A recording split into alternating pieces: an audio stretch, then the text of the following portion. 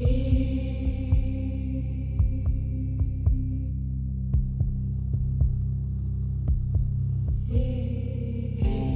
clock strikes 12, I step into the haze.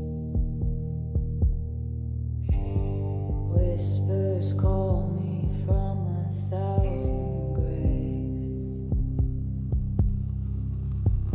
Shadows dance in corners out of sight. I chase the unknown deep into the night. I hunt the fear you dare not face. In the darkness I embrace the trace. The dead, they speak their secrets shown. Welcome to the bizarre and the unknown.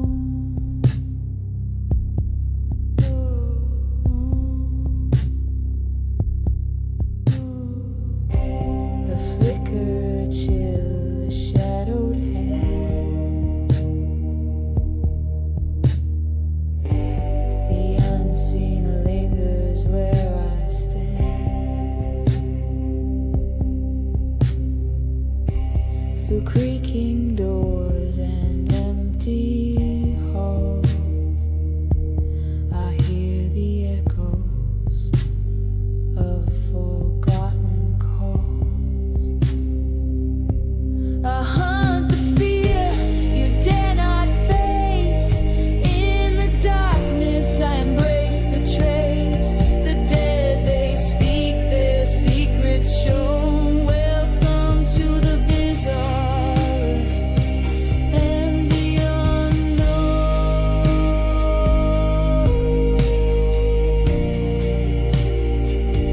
And the unknown.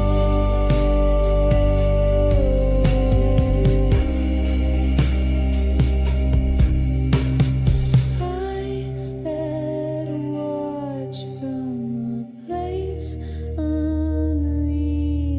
A touch so cold it makes you feel they're near but hidden, veiled in shade. I walk with ghosts, I'm unafraid.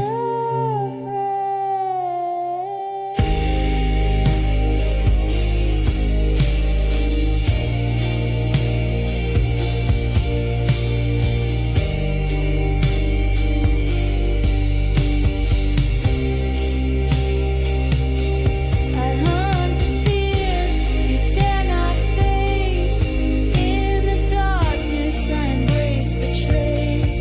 The dead, they speak their secrets shown. Welcome to the bizarre and the unknown.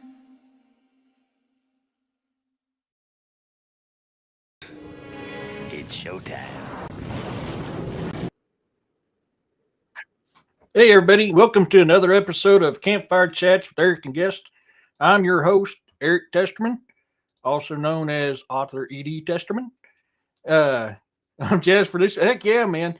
Tomorrow is going to be a great show. I have a very special guest coming on tomorrow's show. And just a little hint. He is an actor. He's been on several TV shows. And it's very famous TV shows. So I'm looking forward to tomorrow's show. I'm really excited about this. It's something we've been working on for a while to get set up. Heck yeah, Roxanne. I know that feeling very well, Monica. I know that feeling very well. So I'm very excited that we finally was able to get everything tied up with his busy schedule and my schedule and everything else. So I'm really stoked about tomorrow's show. I really am. Today's show is the show where you, the subscribers, created this show. This is a safe place for you to share your encounters. And be able to share it with the rest of us. And I mean, for some people, that's therapeutic. For some, I mean, it's just something they like to do. That's what this show is. So if you have an encounter, you want to come on live and share your encounter, let me know. I will put the link in the chat, and we'll get you on and we'll talk about it. If you just want to share it in chat, we'll share it in chat. My God, I clicked that off early. We'll just share it in the chat. So this is what today's show is. This is, just think of it as a bunch of us sitting around. Hey, Candy. Sitting around a campfire, sharing our stories, man, sharing our experiences in you know, I like nice surprises. Hell yeah. Dude, I'll tell you, I'm super stoked about tomorrow's show. I had a lot of fun. Roxanne knows who I'm talking about. Me and this person, we done some talking at a Bigfoot conference, and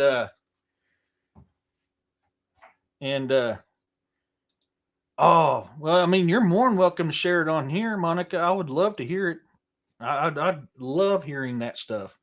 And I try to help people understand too. Like if you're trying to understand what is what that entailed with that encounter, we're going to try to look into it together and try to figure it out. Sometimes it's not what we think it is. Sometimes our fear overrides logic. Come here. Come over here. You know how the routine. You can't get up that side. You knew you can't because of the arms. Yeah, you gotta get over here. There you go, Bobby. There you go. But yeah, that's what this is about. So I mean, if you've had stuff that's happened late, that's just bore. That you want to talk about. That's hey. I've had them too, Monica, and I've shared them on here. I've had multiple UFO encounters. That's what this show's about. It's not just cryptids. It's not just paranormal. It's not just supernatural. It's anything the bizarre and the unknown. So you're more than welcome to share that. Hey, Muriel.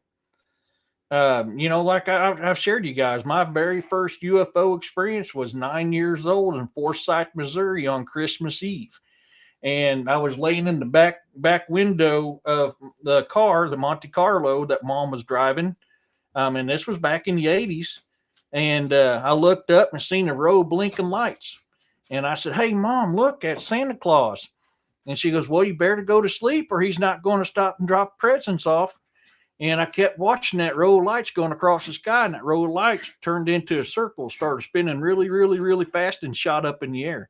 That was my very first UFO sighting I've ever had in my life. So, and I've had them all over the world, a lot in the military. I've had a lot of UFO sightings in the military.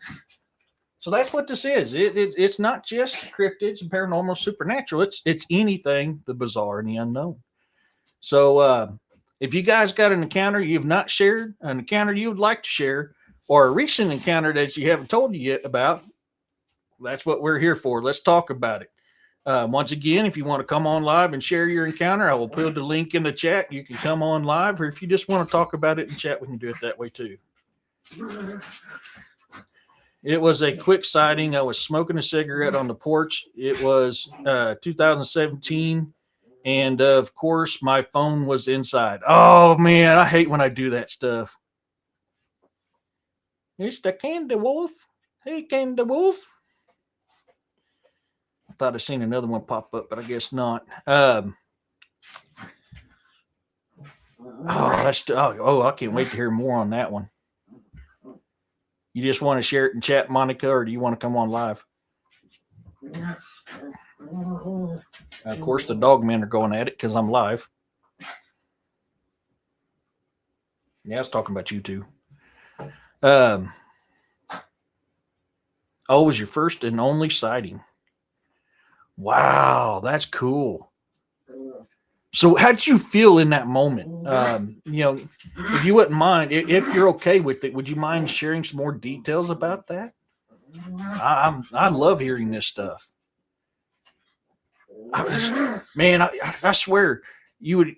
The old saying is, you never forget your first time. I can tell y'all, you don't forget anything that you ever experience in that stuff. I mean, I remember a lot of my stuff.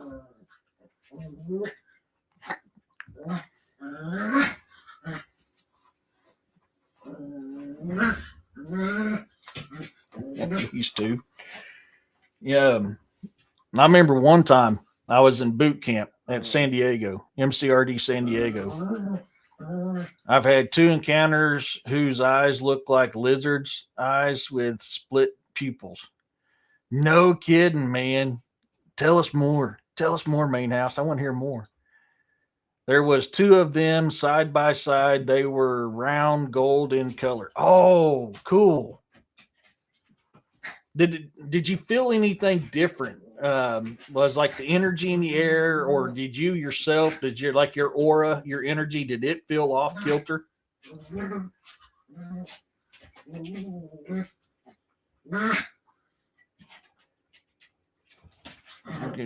Man, that deal with the seeing the people with the lizard eyes, that's really got. Yeah.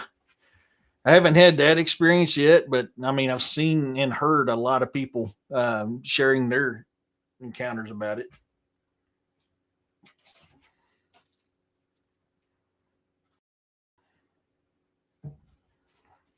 But yeah, I remember, at MCRD San Diego, looking out the windows on night guard one night, and me and a fellow Marine was boot camp together. We ended up going to SOI together, ended up going to weapons school together, and ended up getting stationed together. He called me over. He's like, "Hey T, come check this out, man. There's something weird going on." And man, yeah, we seen something flying around the base at MCRD San Diego. And or see, one said it was a birthday defect or birth defect, and the other actually went from normal then lizard. Wow, I'm in the south, so I didn't see that, or I didn't see that scared me, but I didn't react. Oh man, no worries, man. You're fine, buddy. You're fine. Mike says, "No, I felt just fine. Didn't know what to think of it. I did have a feeling of maybe they were important, almost like royalty because of the gold color. That could be, but see, gold is also a extremely good conductor. Gold is a very very good conductor. That's why it's used in electronics so much. So it makes you wonder if that gold coating may not be part of the propulsion system, but it could be royalty too. I mean, both of those ideas are spot on. I mean, can't dispute either one of them. I get that. And if you get the feeling that they could be royalty, they could be. Yeah, absolutely, they could be. Hey, Uncivil, how's it going?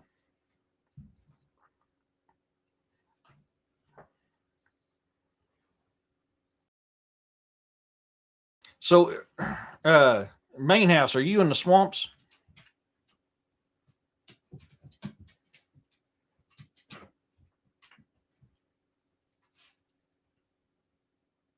What are you looking at? Huh? What are you looking at? Resting and recuperating. Yeah, yeah. I've been busy trying to get stuff done today. It was uh it was still light out, so the sun shining on them brought out the beautiful gold color in them. Oh, that is so cool. That is so cool. Man, and that's such man. I'm picturing in my head right now, man. That's an awesome corner.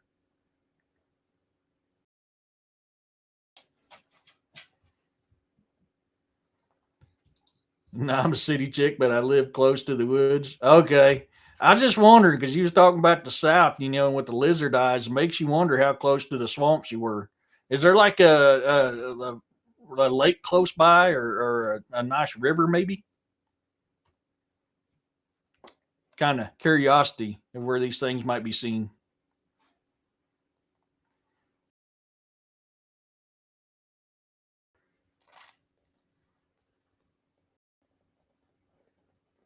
What? You're needy today. You know that? You know that?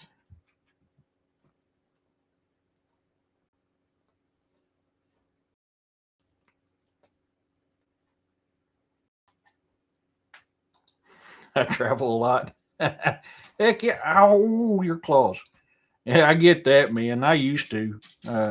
Long time ago. Yep.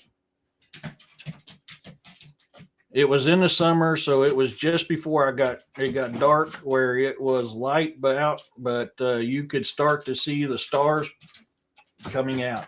Oh man, dude, that's just a beautiful scenery right there alone. I mean, honestly, that's a beautiful, beautiful, beautiful scenery. The bizarre people one came over for a get together. Interesting. And that's man, and there's so many things coming out about these lizard people walking amongst us all the time and taking over our governments and our corporations and stuff like that. It makes you wonder, man. You can't have that many sightings without some kind of kernel of truth to it. It's like they say about myths and legends. Every myth and legend has a kernel of truth to it. So just because something seems bizarre doesn't necessarily mean that it's not real.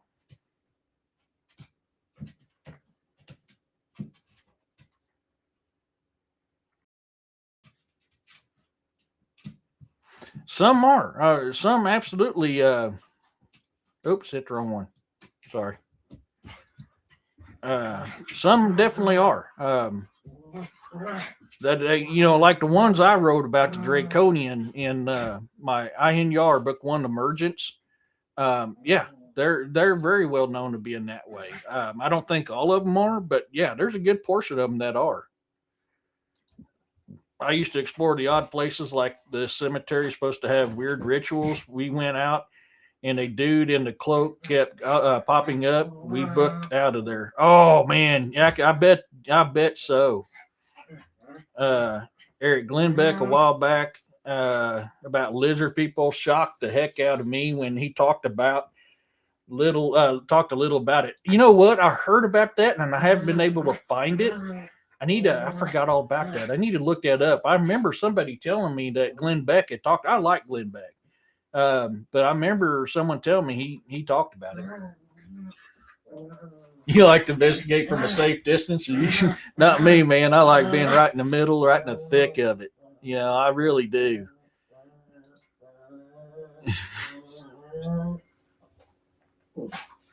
My God, these guys don't quit.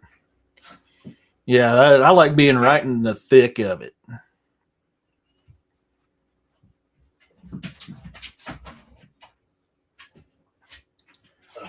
The Sleestacks were my first lizard people I ever saw from Land of the Lost. Oh, God, yeah, I remember that. The first one I ever saw was Star Trek.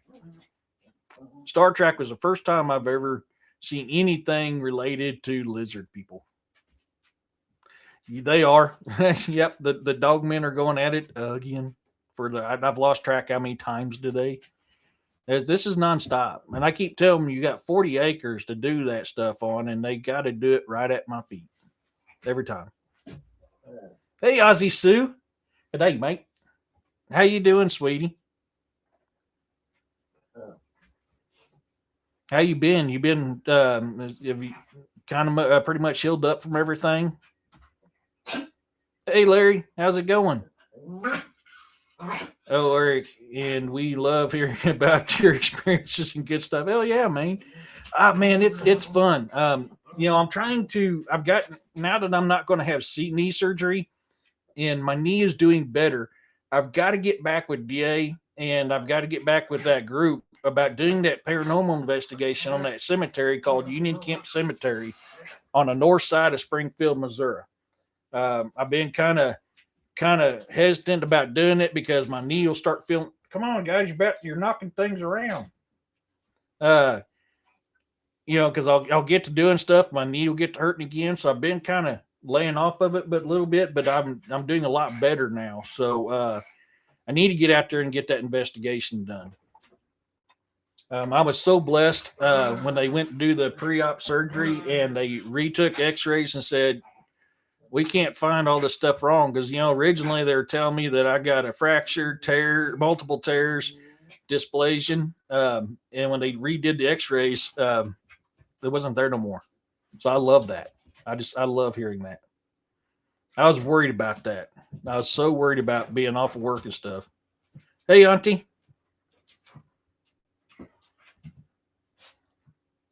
Meow. Well, you're the one that got down.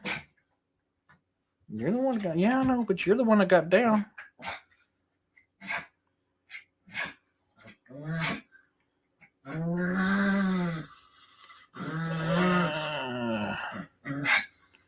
Yeah, I know, honey. I know. Well, you're the one that got down. That's not my fault. I had you up there, and you're the one that decided you want to hop down. So you need to make up your mind. Do you want to be in my arms, or do you want to be down? Huh? This is my life, people. God. Yeah, I know. I know. Hey, yeah, it's boring snow as usual. Oh man, but yeah, they're the dogmen are going at it, man. I know you was. I'm glad you're feeling better and everything is working. Yeah, me too. Especially because paving season's like literally right after. I've been so busy. I have been so busy dealing with contractors and meetings and looking at the roads and doing measurements and all that. So I mean, I finally finished up the last of the roads yesterday. The only thing I'm waiting on is the last contract, and then I can get the rest of the estimates done. And then, I mean, weather stays good long enough, we're going to be out there, and I'm going to be working a lot. You sound like Gene Wilder on Young Frankenstein, do I? I don't know if I can mimic that or not. My precious. My precious. Huh? You my precious? Yeah. Well, you are just you just so full of it today. You know that? So man, I've had some weird stuff going on here last couple weekends. You didn't when you growl. You did when you growl.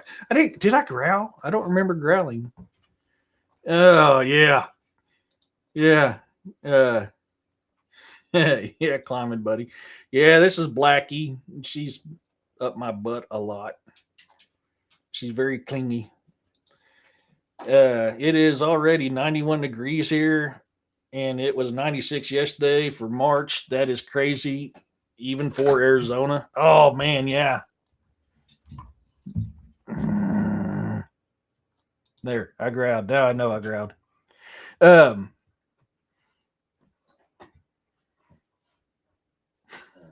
Anyways, I'm sorry. I almost went into straight Freddy Krueger mode there for a second. Welcome to my show. Beep. Oh, I do that sometimes. Of course, I had to pause because I couldn't say what I wanted to say, and I almost did. That's why I paused there for a second. It almost came out naturally. Um, but man, I've been hearing stuff banging on the side of my house. Sounds like stuff's banging on my my trunk duct for my AC system, but you can't get to my trunk duct. It's all covered up. I've had some weird stuff going on lately. And then I've been hearing weird music outside, and then I go outside and you can't hear it. It's definitely. Hey, Revered, how you doing? Yeah, it's been a lot of that stuff going on here last couple weeks. Oh, saw a rabbit in the yard earlier today. The weather is getting warmer and the animals are more active. Of course. Oh yeah, they are. Yeah. Oh, come on now.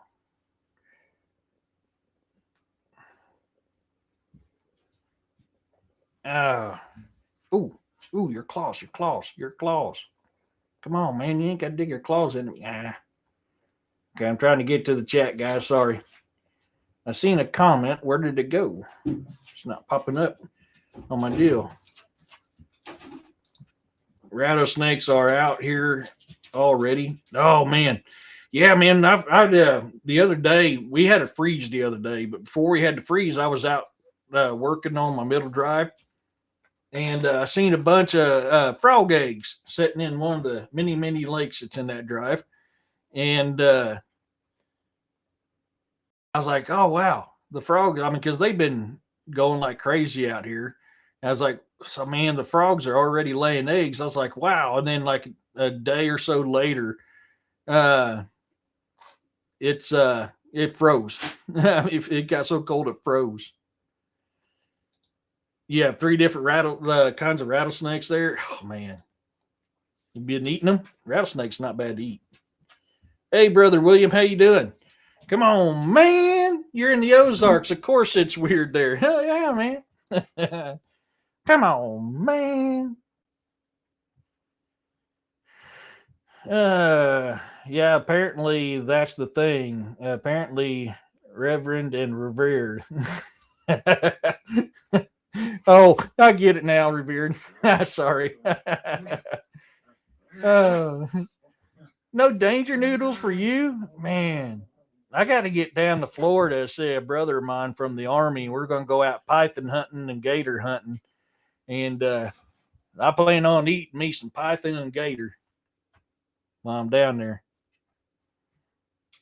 I have made, I'm trying to get it for Doc to approve, but I did make a new Dark Angel commercial.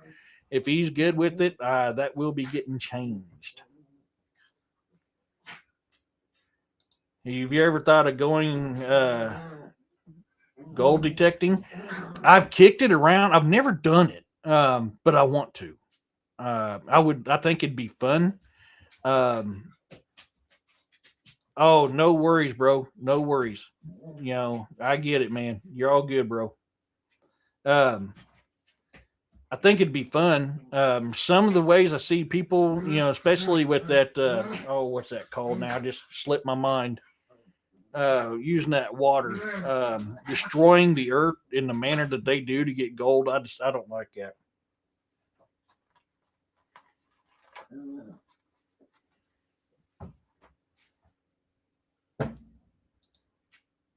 I think one good day could pay for your detector. One good week would pay for your retirement. Yeah.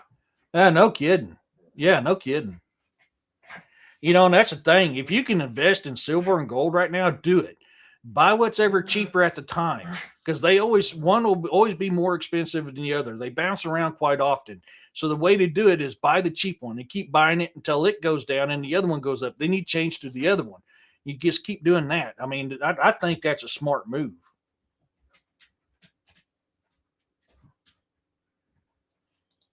And they do all the destruction for little gold. Yeah. I don't like it when they do it that way. Ooh.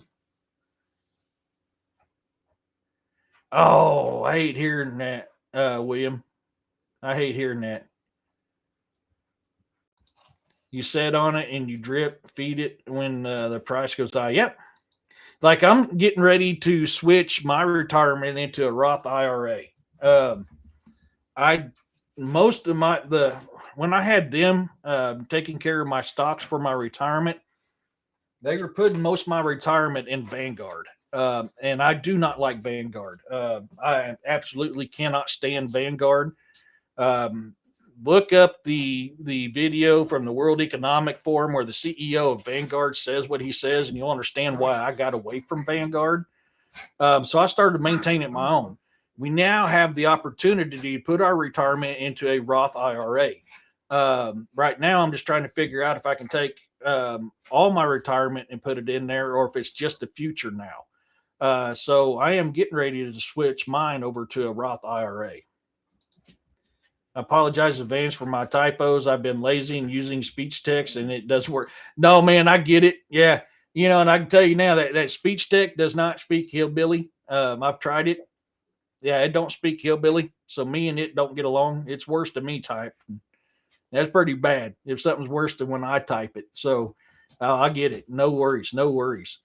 But So yeah, there's been stuff going on here. Like I said, hearing voices outside, hearing music outside. I go out to check it out. It's not there. Dogs reacting to stuff that I can't see. That's outside. Stuff banging on my house. Stuff banging on my trunk duct from my AC system when you can't even get to my trunk duct. So there's been a lot of weird stuff going on lately. So it's been kind of cool. And that's pretty much what's been going on my end.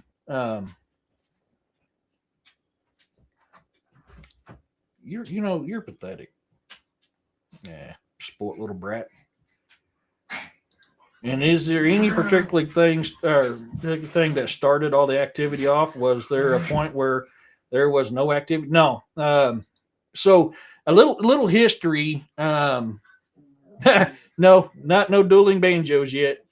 I'm way past. See, how you get to my house is you go way out in the middle of nowhere till you start hearing banjos.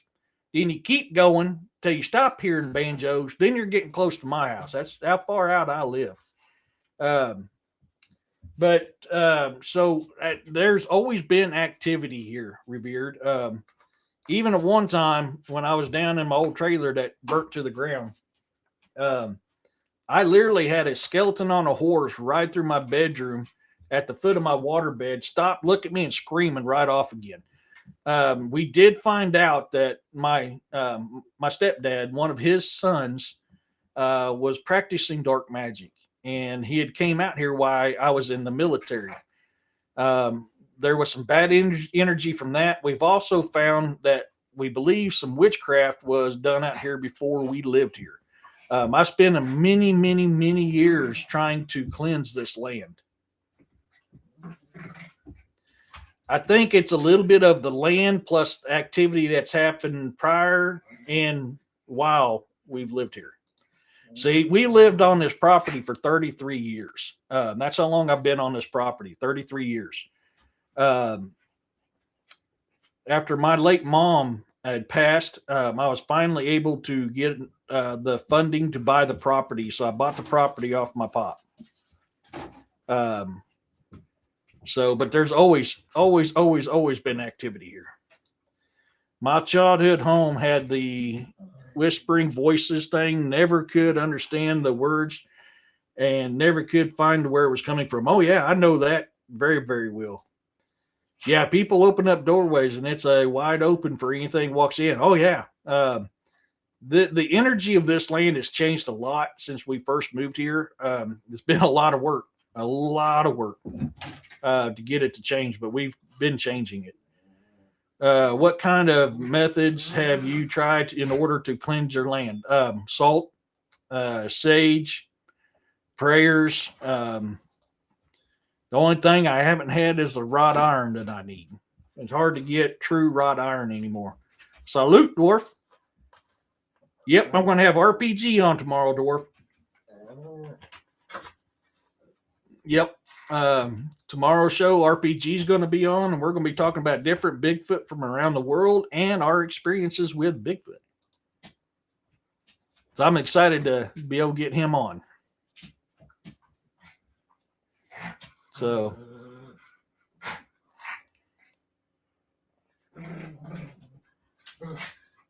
let's see here. Okay, yep, I think I'm caught up on the comments. Yep. It's going to be fun. It's really going to be fun. Man, you came on live earlier, and I was right in the middle of writing. And I meant to catch it, so I've been having to catch your shows kind of late when I'm in my truck because I'm usually busy when they're coming on live, and I feel so bad. And the other day, I was so happy. I was like, "Oh, I finally get to catch Bigfoot Dwarf live again," and you weren't live. I got on like 2 minutes after you was live. I was like, "Daggone it." I missed it. That happened to Bigfoot, Wild Man, and Buggers too. I thought I had said live on the deal, so I clicked on it and I'd missed it. I was like a couple minutes late after their live.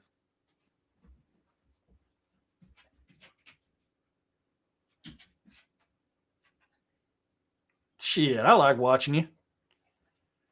I get a kick out of you guys on there. Got to upload some videos and pics to StreamYard, so I'll be listening. No problem, William. No problem, bro. So, let me get back. Wait till that pops up so I can pull it up. I can see it on that side, but I can't. There we go. Oh man, a bunch of them came in at one time. And it is a real battle. It's physically draining, mentally draining, emotionally. It is. And sometimes I catch myself because I've absorbed too much of it and it starts projecting out of me. And I have to catch myself and recenter myself because it gets to be overwhelming.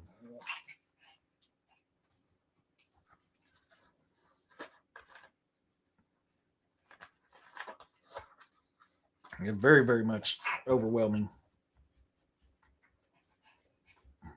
Let's see here. Yeah, I get that a lot. Absolutely. Yeah. And that's the thing. That's why I don't do good in cities. I can't be in a city or a town too much because all the negativity, it starts projecting itself within me. So I have to be careful in that too. Don't have to turn my red light on. Roxanne, why don't you turn on your red light? Roxanne. Hey, Roger.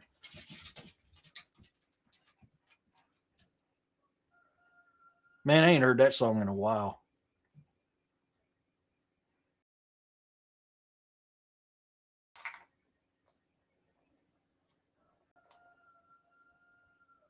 What is it? What do you see? What do you see? Go see what it is. Go see what it is. What'd you see? You were staring at something out there. What'd you see? Some protector you are. I say go look at it and you come over. Hey, you talk to me. Thought you were supposed to be my protector. Dude, you know how to hop up here. You're the one to hop down. I can't have all you guys up in my lap, man. I'm only so big and I can only have so many things in my lap at one time. And you're definitely way too big to be in my lap. What? You are? Hey, come on, you jealous thing. You're too big. You're too big, man. Okay. Yes. Hello, boar. Get your TV time in. Get your TV time in. Let everybody see you. Look over here. No, over here. Hey, Dodo, over here. Look. Say hi. Look over here. No. They can't see your face if you don't have your face at it. This is my life, folks. The jealousy is overwhelming. Yeah. This is Boar. He's way too big to be in my lap anymore. And he's only about a year old. Maybe a little over a year old. Oh my gosh. Come on, dude. Okay. Calm yourself. Yeah. Come on now. I'm trying to do stuff. And before I start, I got to ask, did you see Georgia Bigfoot Festival post where it said in Comic Con, well, it will be there in spirit for the Bigfoot, but I'm no commie. No, I didn't see that. When you understand that you use equipment to measure tangible scientific energies, we can look to science and how we can manipulate them. Yes, and I use science quite a bit in my stuff.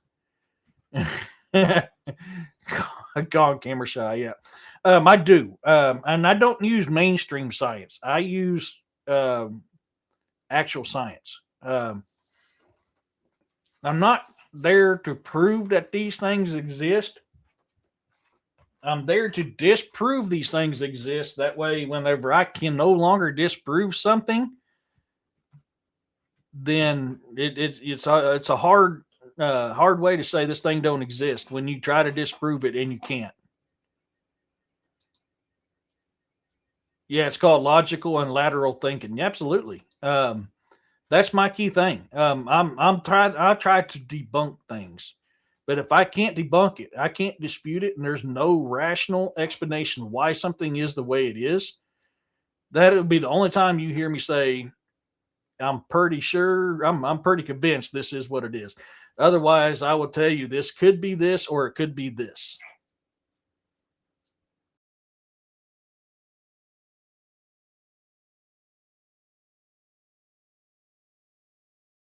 I know a lot of people don't like that, but I mean, no matter what type of investigation I'm on, I'm not there to prove that this thing's there. I'm trying to debunk this, and that way the science comes out, you can't dispute it. I know people don't like that, but I'm sorry. I mean, to me, I think that's the only way you can get to the true facts about things. I do science when I use my beaker bong. Heck, yeah. And that's the thing is like, so I got my forensics kit. People, what am I watching when I'm actually collecting evidence and I've got my mask on, I've got my gloves on, and I've got all that stuff to take care of. I don't want to cross contaminate. If you cross contaminate something, then you lose DNA. And I don't want to lose that DNA. So yeah, I'm going to wear my rubber gloves. I'm going to wear my mask. I am going to put them in bags and seal them and label them just like you would any type of forensic stuff, like the Leo forensic team does when they do an investigation on a 187. I mean, I'm going to do the same concept. I mean, that's just how it is. I want that to be, I don't want to ruin any evidence that I might find.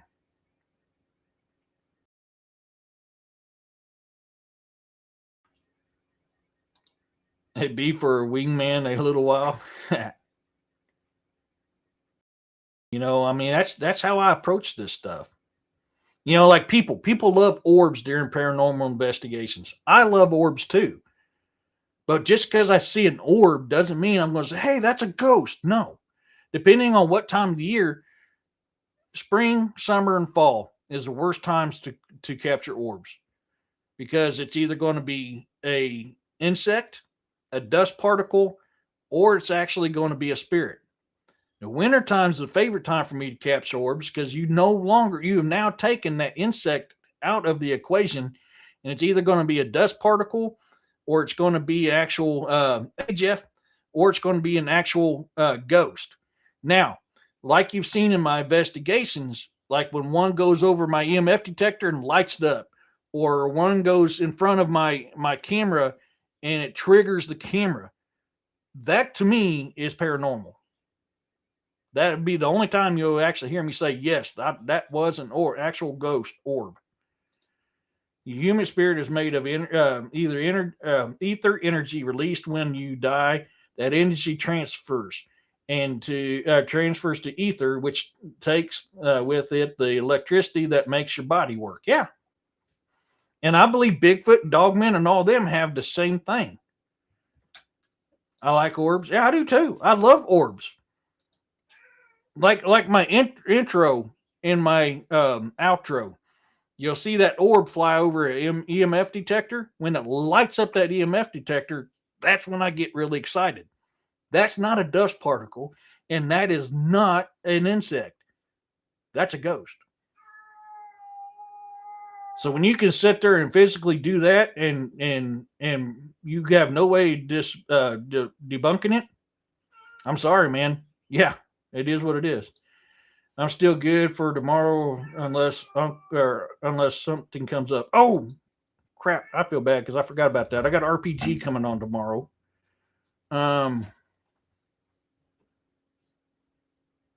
Oh crap, man! I'm sorry, Jeff. I completely forgot about that. For some reason, I thought that was next week, but I guess it was this week, wasn't it? I'm bad, dude. I'm sorry. I scheduled RPG because I forgot. Oh, I need no. Oh, I'm sorry. No. I take that back. I remember. I'm waiting to hear from some other people to get enough people to do a panel. That's what it was. I just now remembered that. I haven't heard. Let me reach out to the other people again, Jeff, because I'm trying to get more. I'm trying to get at least 6 of us on the panel. That's what it was. I haven't heard back from the others yet. I need to reach back out to these other people again. I need let me make a note so I don't forget to reach back out to them again. I'm glad you said something because I was trying to reach out to them earlier this week and I got sidetracked at work and completely forgot to reach back out to them because I haven't heard from nobody yet. Give me 1 second, folks. I am so glad you said something now.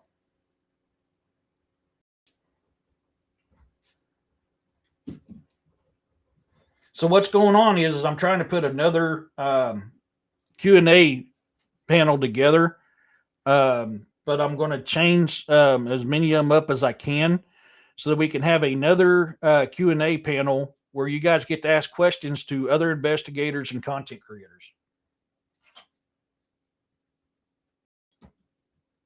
And Jeff has been so gracious to agree to be one of the hosts for one of the panel members.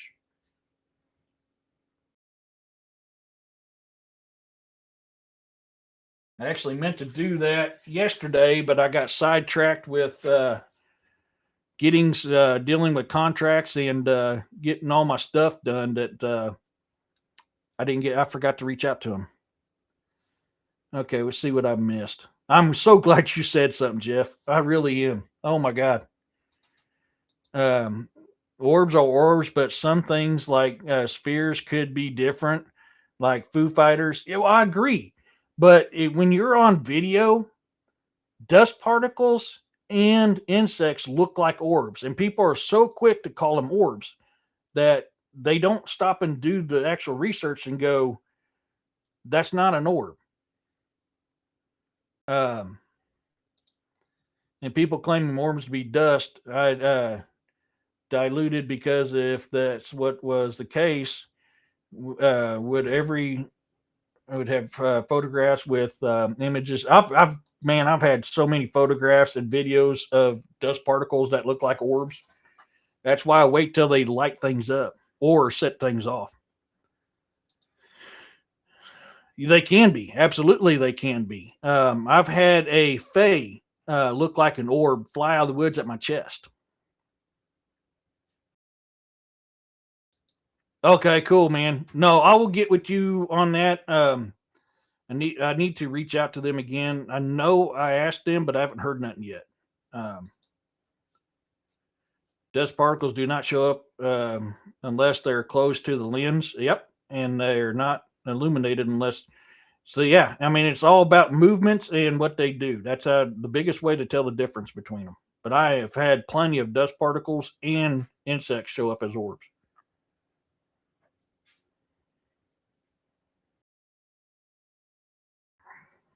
I haven't really thought about that one. You got me thinking now. I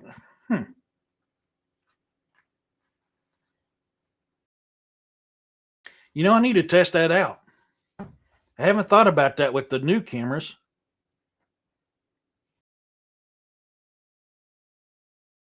Interesting.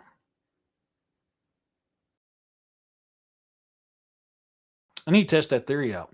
That's a good point, Revered. That's a good point. Now that I think about it, yeah, I don't recall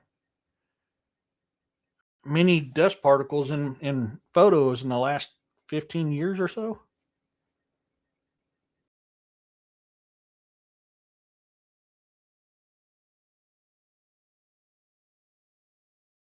Hmm.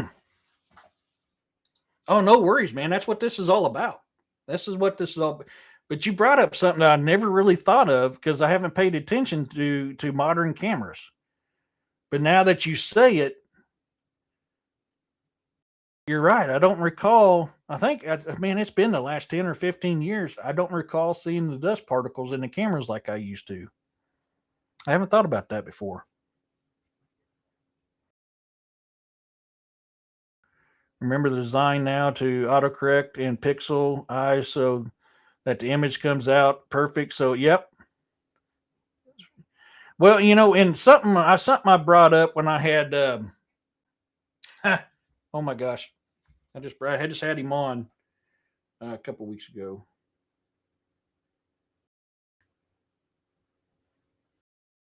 Oh, sorry, Jeff. I just got a message. I got my phone on Jerry. Now I remember Jerry when I had Jerry on. Um,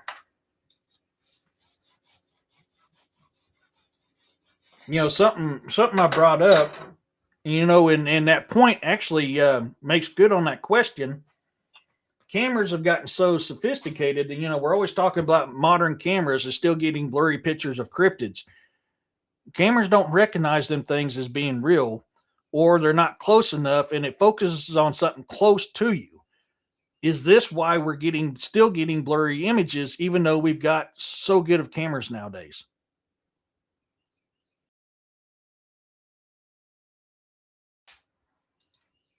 Because the old cameras light on flash more than not, and that's what illuminate. Yeah, and there's no flash. So like my night vision cameras, they still illuminate. You can still see dust on light. I've seen that even recently. Watch the investigation at the Springfield Commercial Club. You can still see dust particles in the air, just not as good as you used to, and I think that's because of the IR light. Quite often people are moving around and they don't necessarily get a clear image. Yeah, I mean that's true too, but because of the focusing on the cameras nowadays focus on what's close, and it's so weird how everything around that could be clear as day, but the cryptid itself is blurry. I'm wondering if it's because the camera does not recognize that as something tangible.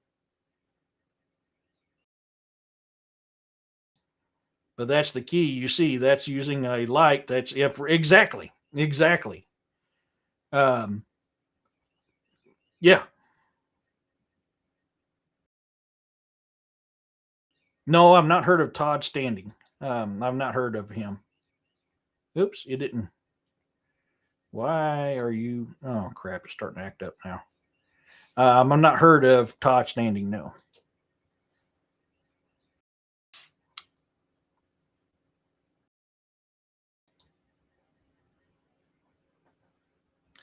This guy has got most clearest Bigfoot footage. I'll be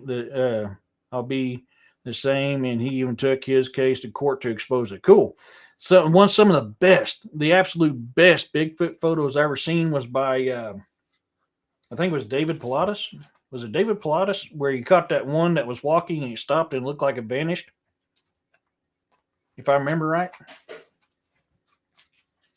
this guy was filming families of Bigfoot as if he was feet away from them and in the wilderness. Hell yeah. Oh, I missed something that Bigfoot Dwarf said. Let me roll up here and see what I missed. Who's Todd Stanley? Yeah, actually, I haven't actually. I don't know who Todd Standing is. Roxanne, am I correct? Is it David Pilatus that had that video? DA showed it where the Bigfoot was walking and it stopped and looked like it vanished. It didn't vanish, man. That's adaptive camouflage. That's I don't believe they cloak. I don't believe they go into portals. Do the holy ones, the medicine men one or medicine women one, can they go to portals? Absolutely. Every single one of them, I don't believe they do. No. But it's perfect example of adaptive camouflage. Quite often, the moon shiners talk about Big coming through his steel, and moonshiners. Okay. Uh, Quite often, the moonshiners talk about Big coming through his steel, and so they leave their fermented corn and maize. Yeah, I've heard of that quite a bit. A lot of the old timer. Yeah, I don't know who Todd Stoning or Standing is. Bigfoot. I've heard that a lot. No, it wasn't Jesus Payons Jr. I can't remember if it was David Pilatus or who was. I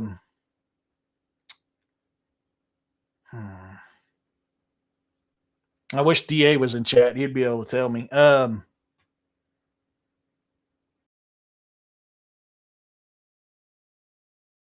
can't remember. But yeah, there's been a lot of Shriners, even around here, talk about that same thing. Absolutely. Get Bigfoot smashed and then leave trail cams around. Hell yeah. I know the broccoli farmers talk about that stuff too. Some think some types of the light spheres are UFOs that produce nearly blinding light that covers the. Yeah, I don't classify them as orbs. I really don't. UFOs are just UFOs. I don't think they're orbs.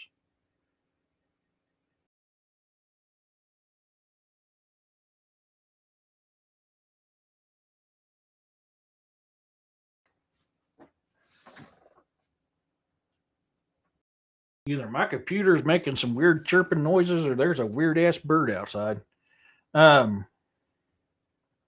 yeah, I know they classify the Foo Fighters as orbs. I know they do, but no, I don't classify them as orbs. That's just me. Yeah, I know what you're talking about with Foo Fighters. Yeah, I know what you're talking about. Gosh dang it! Come on, chat thingy, work for me. Um, so the hole in Antarctica belongs to the Nazi base that is now International Corporative Organization. Wouldn't surprise me. They've been there since World War II. I think pre World War II, anyways. Paul Freeman. Yes. That. Thank you, Jeff. You are awesome, dude. Yes, Paul Freeman. That's it. That was Paul Freeman's video. He has some of the clearest, most best Bigfoot footage I've ever seen. And it's clearly he walks. You can clearly watch the Bigfoot walk, staring at them, stop, and looks like he vanished. That's not cloaking. That's not going into portal. That's adaptive camouflage. Um, could some of the UFO orbs that people are talking about actually be probes? Yes. I still don't classify that as an orb, but I get why people call them orbs because they look like it. I say Lineature UFO. They are part of the Legum fam. Huh.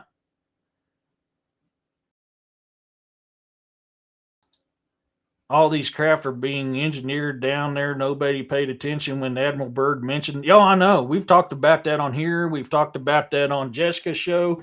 We've talked about it on William's show too. Yeah.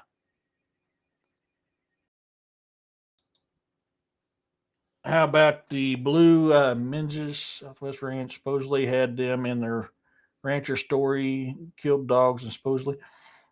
I need to look that one up, and I need to look that one up. That sounds familiar.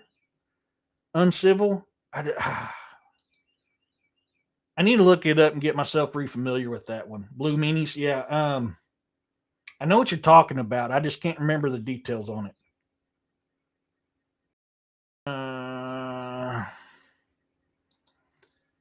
Paul Freeman also has the same video with an adult and child footprints at the same area. Oh yeah, yeah. You know, like when we did that documentary out here, Byways of Bigfoot, that I was a part of, we clearly seen a family group of footprints together. It was clear as day. It was a juvenile, a female, and a male. Yeah, the Freeman footage is definitely awesome. Yeah, the the family had one of those spheres turn up. It used to follow them around the house. Yeah, and oh, what I'm trying to remember what show or movie it was where their probes look like orbs. They're not orbs. It's just a round metal thing that shines or emits its own light. That doesn't make it an orb. Um, that's kind of what I think of when I see some of the stuff that's related to UFOs. To me, I mean, this is y'all. This is just my opinion. I'm not saying you're right. I'm not saying you're wrong. I'm saying this is how I see it. That's not orbs. That's just a mechanical object that either reflects light or emits light. And I think to me that is different than orb. Orb is something supernatural or paranormal. Um, there's not a lot of physicality to it. It's paranormal or supernatural. But that's just how I look at things. Oh wait, wrong one. Daggone it. Come on. Daggone, my little chat thing's starting to act up now. Todd Standing actually filmed the families. You can see them, all the baby. Oh, I need to find that. I need to find that and check that out. I may know it and not even remember it.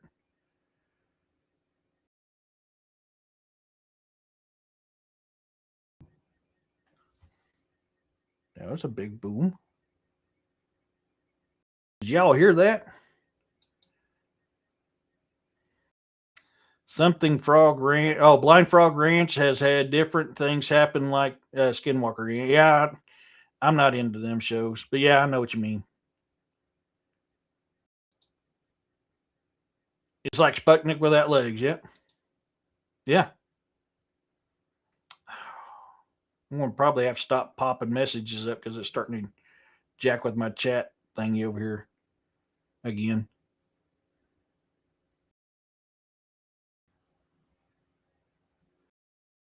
I'd offer links, but I'm only using a PlayStation 5. No worries. Todd Standings. Look up Todd Standings. Okay.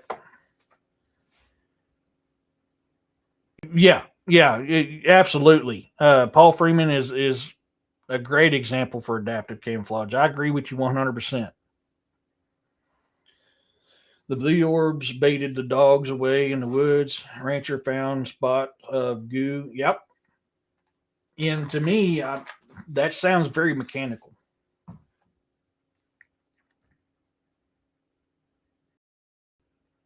Oh, are you, Roxanne?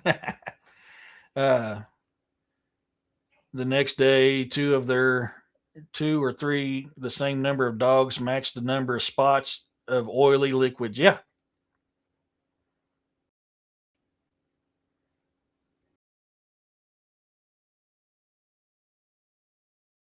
Yeah. So, I mean, and that's the thing that, so I get where people call things orbs all the time. I really do, because that's the one thing that pops to mind. But I think we're doing it a disservice calling something an orb when it's not an orb. If it's something mechanical, it's mechanical. If it's something paranormal or supernatural, it's paranormal or supernatural. They can't be one and the same. They're different.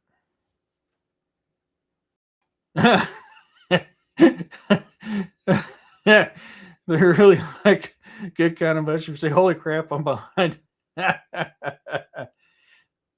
They do. That's kind of where I'm getting at. Let's see if I can get this without jacking my chat up again. I don't know what's going on, why my chat's acting up again. I had it fixed last week, now it's acting up again. Um, they confuse orb with spear. Absolutely. That's kind of where I'm getting at. There's a difference between mechanical, paranormal, and supernatural. Just the same way people confuse conspiracy and theory and two completely, yeah, conspiracy and theory. Yeah. Well, it's like this is a problem with humans. We don't like varieties. We do, but there's a point when there's too much variety. If there's too much variety, then we start classifying everything in the same, and that's like one of our downfalls. I mean, just because I look like a Nordic alien doesn't mean I'm a Nordic alien, or that Nordic alien is a human. I'm human. It's a Nordic alien, but we got to call them humanoid. Why do they got to be called humanoid? They're just a Nordic being, but that's what we do.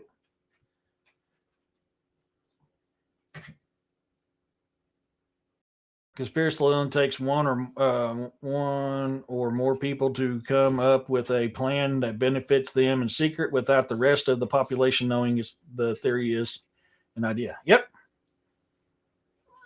Yeah, I'm sure, Roxanne. Aurora, now you're going to start in. The spear my brother said he saw had the blue white, nearly blinding light with it, like a welder torch, bright, as big as a van, only circular shaped. Yeah, and that sounds mechanical. Not to me, I would classify that as a UFO. I wouldn't classify that as an orb. Spear would be a great way to classify it. It's mechanical.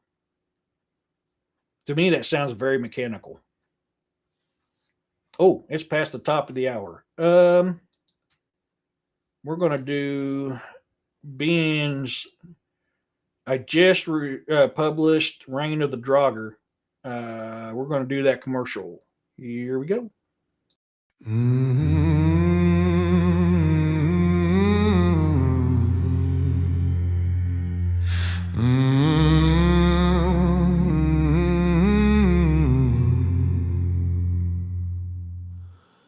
Ron laces his boots at dawn, coffee in a chip blue cup. Files on a desk he barely owns, name tag still stiff on his chest. Rearview mirror, vacant streets, sunlight on the station glass.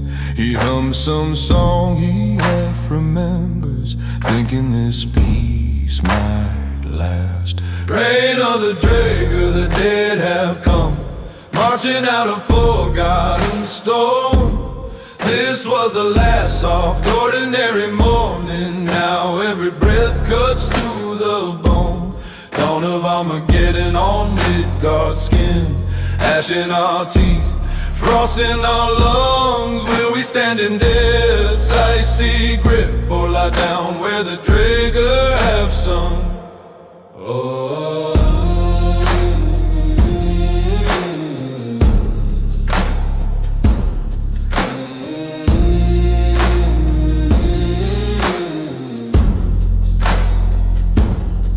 He still hears rifle cracks in dreams, sand in his teeth, smoke in his head.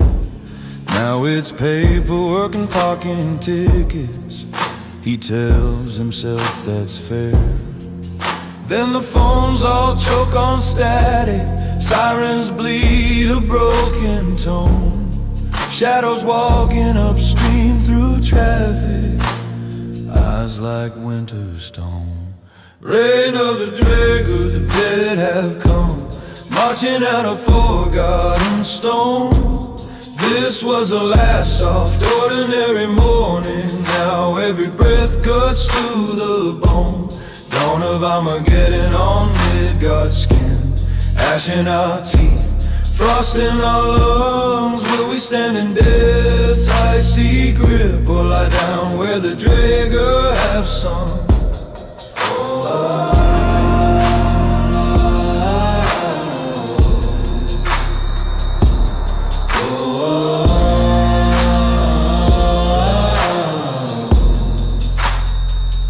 I saw them first by the chapel yard, hands like claws of ancient bark, names we carved on marble years ago, dragging fire through the dark. We used to fear the failing light, now we fear the rising sun. Every day a loaded question, will we break, or will we run? Hey, Reign of the Draugr, the dead have come, marching out of forgotten stone. This was the last soft, ordinary morning. Now every breath cuts to the bone. Dawn of Armageddon on Midgard skin, ash in our teeth, frost in our lungs. We will burn in death's icy grip before the Draugr take our tongues.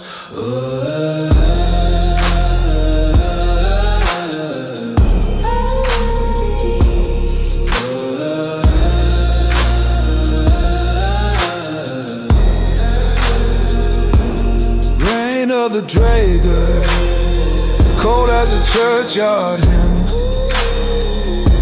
This is the day the world stopped turning, and the long night walked in.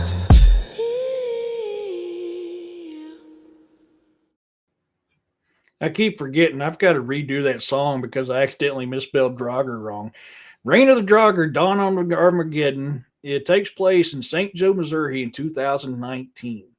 Ron Stumper, a Marine veteran, becomes the new detective at the Roberts County Sheriff's Department.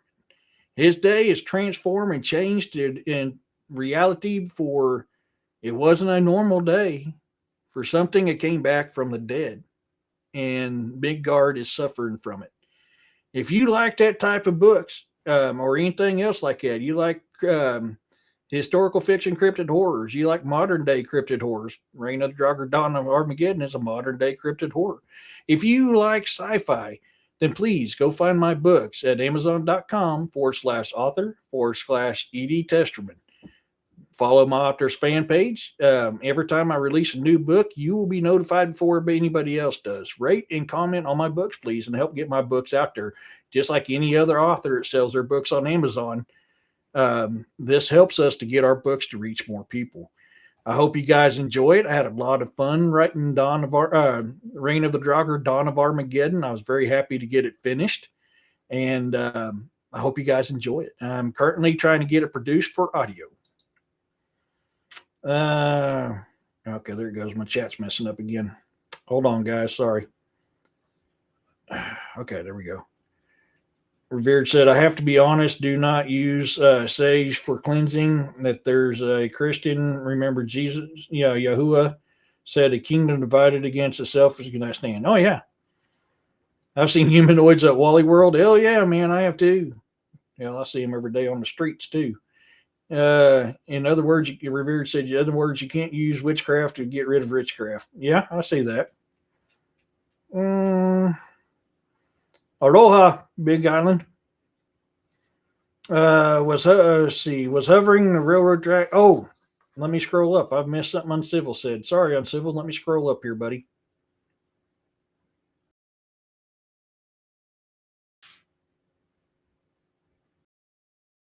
Eric, the spirit my brother said he saw. Okay. Yeah. Let me get back on track to it. So originally said, Uncivil said, Eric, the sphere my brother said he saw had a blue and white light, nearly blinding light with it, like a welder's torch, bright, as big as a van, only circular and shaped. Let me get back down here. Was hovering over the railroad tracks, just moving down over them, beamed a light to the ground. Even so often, it's like right out of a science fiction movie. It never did anything harmful to him, though. And see, I've heard a lot of reports of like that, Uncivil. So yeah, man, I could see that definitely. Rivera said, what people need to understand is that the Holy Spirit is literally a spirit. Yeah. I've had people argue with me so many times about that. I always said there's a difference between the Father, the Son, and the Holy Ghost. They may be one and the same. My daughter is me, but she's, both my daughters, they are essentially me, but they're not me. And that's why I've always said there's a difference between the Father, the Son, and the Holy Ghost. A spirit, the first witness of the Holy Spirit was when Jesus was baptized, and the Holy Spirit was an eternal or ethereal entity.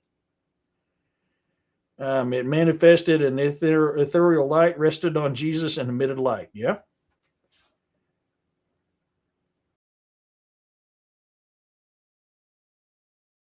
So when you're praying against the spirit, you know that you call the Holy Spirit, you're asking God to fight the unclean spirit. So don't feel powerless. Prayer works if you use it right way.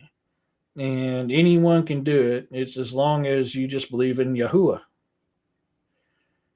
Okay. When you understand that, you're using the paranormal to fight the paranormal. You understand we wrestle not with the flesh and blood. Oh, thank you, Main House. Yeah. I had to remember to get in there and change it up. Hopefully I can keep the same deal because I accidentally misspelled Draugr wrong. So it says Draugr instead of Draugr. Thank you, Revered. Yeah, I had fun writing that. I just can't believe I messed that up. When will the audio be out? I am working on it. I'm trying to find somebody to produce it. Okay, good. I'm caught up. I'm so glad you said that because it's the correct way to yeah. I've always said that. I've had preachers, I've had other, biblical people argue with me on that. But I'm sorry. To me, that it feels that how I think it's right. I could be wrong. I'm not saying that I'm right. That's how I feel. No, it's all right. Don't worry about it. I had a personal experience with Yahuwah, but I don't care for the Bible thumpers. I have too. I've seen Yahuwah twice. I have literally seen Yahuwah twice. So I believe Yahuwah exists, but I'm also believe that, like it says in the Old Testament, when the fall of Tower of Babel, before the fall of Tower of Babel, we believed the same, we thought the same, we looked the same, we spoke the same.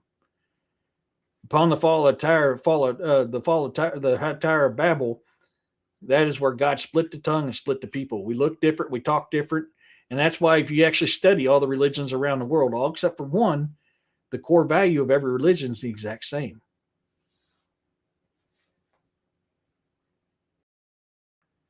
A Christian doesn't bump a Bible, they take a lesson and put it to use. Yeah.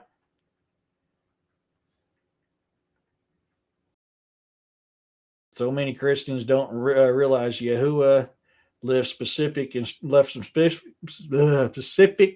instructions that nobody has followed to this day. Yet they expect him. Yeah, they expect him to help them. Yeah, but yeah, I mean, I'm serious. God even says, "I'm the God of many names."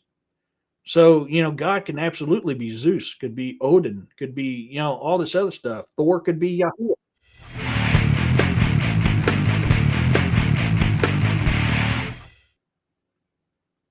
Yeah, I'm tongue tied. Thank you so much for subscribing. Come on, you stupid thing. Um, man, I hope I don't mess that up. The Cat. Oh man, I'm sorry. I know I butchered that, but thank you so much for subscribing. You're awesome. I appreciate you so much. The Coupon Cat. There we go. Now I can read it better. I have to look down here instead of up there. Thank you for subscribing, the Coupon Cat. You are completely awesome, and you're very much appreciated. I'm trying to get caught up here. Yeah, I was tongue tied. Come on, now my chat's messing up because I highlighted something. That's okay. We'll get back into it. He said, "Go forth and heal the sick, comfort the widowed, file that the fatherless, cast out demons. These works and greater you shall do in my name. But what has anybody really done?" Yeah. Well, and for me, so I had a very good friend of mine. I'm not going to mention his names. Yes, he has family members tied to the mafia.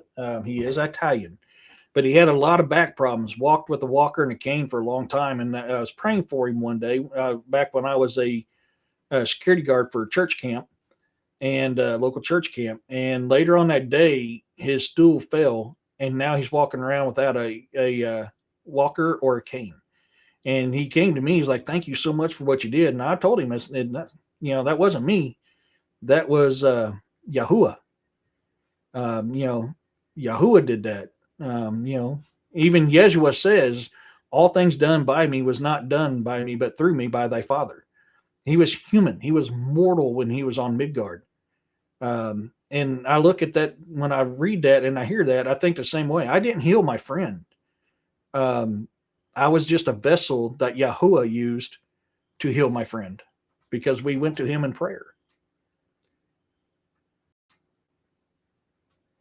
I never put that together. Thanks. You're welcome, Maine. But y'all see wealthy questions, ignore the teachings of Christ completely, and justify it using the parts of the book. Yeah. Hey, Corey, how's it going, man? Been listening to describe a lurking for the last 20 minutes until I found a good spot to stop writing. No worries, man. This is a nice group. I'm quite enjoying hanging out here. Well, we're glad to have you here. Thank you.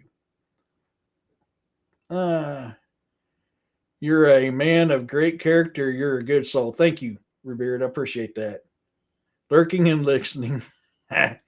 We got a creeper, Roxanne. We got a creeper. Corey, if you're creeping in the dark, do I need to be like this?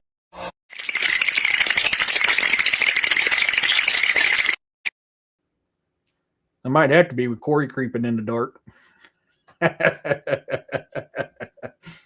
Oh.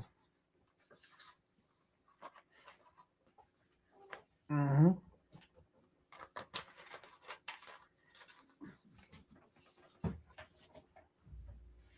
Oh man. Yeah, it's I mean, I love these conversations. I love talking about this stuff, and everything. I always tell people, whatever I say, do not take what I say for granted. Take with a grain of salt. Do your own research. Do your own investigations. Build your own opinion, your own hypothesis, your own theory, or build upon mine. I'm not going to tell anybody what I'm no expert. I'm the furthest thing I'm just a hillbilly in the mountain, Ozark Mountains of Missouri, Southwest Missouri, man. Yeah, I'm not Yahuwah. I'm not Yeshua.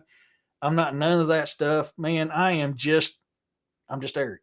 You know, I see things differently than other people do. I've done my own research, my own investigations, my own experiences led me to believe the ways that I believe. And there's times that my opinions change. If evidence comes to me that I find credible, my views, my theories, my theories, my opinions, my hypotheses, they can change due to based on to that. The problem is everybody's divided with their own ideas, but places like this where you can express is what you think and others can, yeah, I look at things differently. Like when we talk about orbs earlier, my opinion is there's a difference between mechanical, spiritual, and supernatural. Not everything is an orb. That's how I see it. I see things through a different lens than most people do. But I also know what a lot of other people do, and they love to categorize something that gets their opinion out there, and that's some clickbaiters. And I'm not a clickbaiter, man. But just because I don't agree with it doesn't make me right and you wrong, or you right and me wrong. It just means we look at that differently in the circle. The Native Americans would sit there and talk about something. They sat in a circle. And when they looked at it and talked about it, they seen it from one point of view. They would get up, come back in, and sit in a different spot. And now they see this object from a different view. That's how we are here. I'm seeing something from a different point of view than what you are in a different part of that great circle. You won't believe how many chats I've been banned from for telling exactly the same things. Yeah, it happens. I got attacked on my screen name and for other people profile picture, and also having an opinion. I said, yeah, Eric, I feel the same way. I might say this or that, or what I think is, yeah, I don't have proof for it. Yeah, I don't either, man. I don't either. There's some things I just strongly disagree with because it absolutely makes zero sense. It's okay for me to, this is something as investigators or content creators or just subscribers in general, don't stop and realize. If we all believed the exact same, thought the exact same, and spoke the exact same, this would be a pretty damn boring world. You know what I mean? I don't care if you believe differently. Just because I don't agree with you, man, I don't. Now, if something sounds really far out there, yeah, I'm going to call it out. Generally, even if I think it's far fetched, I'll go ahead and go with it, man. That's your point of view, unless it's like really, really, really, really, really, really bad. I won't call you out on it. I mean, you got to really done something to kind of upset me and make me call you out on it. We look at things from a different point of view than each other. That's what makes us great is we're not all the exact same. Eric, I feel the same. Oh, let's see. I'm still too afraid to tell you guys what I've actually discovered because I'll get attacked again. And man, I get attacked all the time too. Trust me, I hear it. I live by a simple phrase. I can't say the complete phrase on here because I'll get my hand smacked by YouTube again. But it's called dilly gaff. Do I look like I give a blank? Go ahead, poke fun at me. It's nothing I ever heard before. I'm not going to give it power over me. Why am I going to let someone gain power over me by their false words? I'm just not going to do it. And they smoked the pipe. Oh, yeah. Oh, thank you. Oh, you're talking about revered. Um, yeah, but trying to find somebody who shares my views like you do, it is like literally one of me. I know, dude. Trust me, I know. You know, more and more people are becoming open to it nowadays than what they used to be. Um, but there's still a lot out there to like to do it. But hey, dilly gaff. You know, and for you guys don't know, I'll put that in here. Oh, you stupid thing.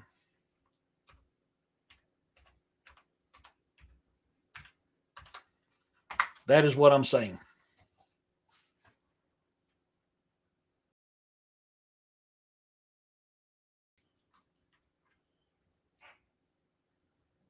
Dilly gaff. Do I look like I give a blank? And that's the way I had to be. Because people are people, man. People are cruel. That's just how it is. I'm just not going to give them power over me. I don't know how to start with my discoveries, but I guess it does revolve around the Bible. But of course, you have to do your own research because they don't have a computer to provide a link. Yeah, and one thing too. So if you don't want to your discoveries that's tied to your name, send me an email with your stuff. I'll do a video. If you want to be anonymous, I will keep you anonymous, and I won't produce anything because I may have to tweak it a little bit to make it make a little bit more sense. I won't produce it until I send you the script and you say, yes, this be great. Then I'll produce the video. So if that's one way you want to get your stuff out there, that is an opportunity for you to do that, is to send me that stuff in an email. Let me go through it. Let me get it fine tuned up. And I will do a video on that. And that's something I've been forgetting for a while to promote because I keep forgetting to tell anybody. If you have an encounter you want me to do a video on, send it to me in an email, and I will do a video on that encounter. If you want to be anonymous, I will keep you anonymous. If you want your name attached to it, I'll keep it attached to it. I don't care.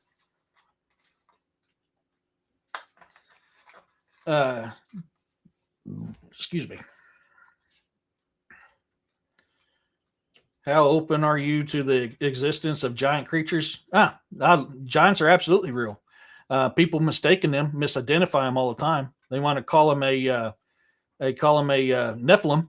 Nephilim was a Jewish word for giant. Then a Nephilim wasn't a race. That was just what they were called. They were called Nephilim. That means giant. And how do you know, or how few know what a fish looks like when you be prepared to examine the largest fish you've ever seen in the world? I'd love to see that. Sometimes I will disagree with the flat earth. I'm not a flat earther. I'm by far not a flat earther. I'm the furthest thing from a flat earther. And I just go by what I've seen with my own eyes. Or that every ghost or haunting is a demon. Yeah, no. But I won't attack anyone who thinks those things. I'll only state my, yeah. Like a certain, I don't talk about the show, but I've got a buddy with, yeah. Yeah, exactly. You know what I'm talking about, Corey. Ghosts don't possess people. I'm sorry. Ghosts don't possess people. So when you see certain shows, possessed. No, that don't happen. A demon will possess. A fallen angel cannot even possess somebody. A demon can. But a ghost and a fallen angel, they cannot possess people. I started when I was studying the ancient Mesopotamian map from the Old Testament, and when I overlaid it with the continent of America using Memphis as the capital of the city, Egypt was unlocked. Yep, just like the Garden of Eden, I believe is actually here in Missouri. Realm of history that is hidden from us. Yes. I did a show a little couple weeks back about Tartaria. A lot of people's on the Tartaria. I posed this question to it because I'm not a believer in Tartaria. I'll be flat out honest with you. I'm not a believer in Tartaria. Could it be the original Egypt? Yeah. The Moor? Absolutely. Or are they misidentifying Tartaria as the Atlanteans, because a lot of the area where they claim is Tartaria was actually Atlantean territory.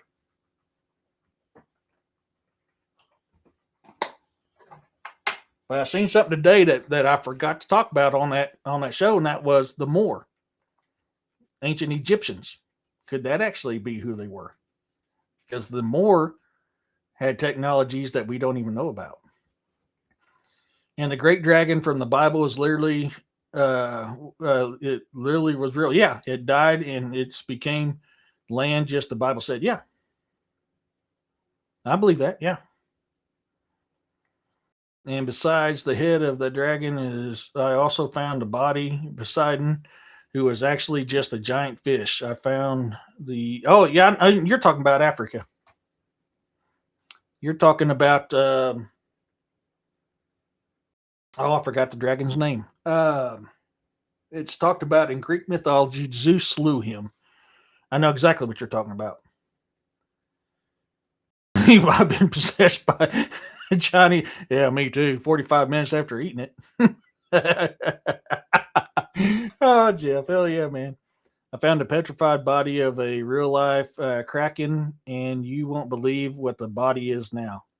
You'd be surprised. I call it old world Tartarian subject. Yeah. I mean, I'm sorry. When the theory of Tartaria came out and who it came out by, I don't subscribe to Tartarian. Could it be another ancient race that they're trying to claim as them for the power? Absolutely. Yes, I did. Yes, Roxanne, I did. I showed Typhon. That's it. Thank you, Typhon. Typhus. Yes. Thank you, Bigfoot dwarf. Yes, Typhus. Yes, I did show the dragon on Google Earth that's here in America, along with other dragons that's found throughout the world too. Yes, the Grand Canyon is close off because it's the real city of Petra, Phoenix. Yeah, used to be Phoenicia. The Mississippi is the Nile River, and the Missouri is the Euphrates. Absolutely, and the Great Dragon and the Great Fish also in America. I haven't seen the Great Fish in America. I've seen the Great Dragon that looks like Kukulkan. But yes, Typhon. Yep, it is Typhon. Thank you. The night of the American people we see today are the remnants of the missing Mayan people. Could be, absolutely. That's actually a very good topic right there. A lot of people don't know. So I learned this in college. Okay, for those of you who don't know, I went to MSU for a while. I started out in forensics. But I didn't like how the legal system was. So they finally opened up a program that's more me, and that's Wildlife Management Missouri Conservation. In one of those classes, we were actually talking about the Mayan people and the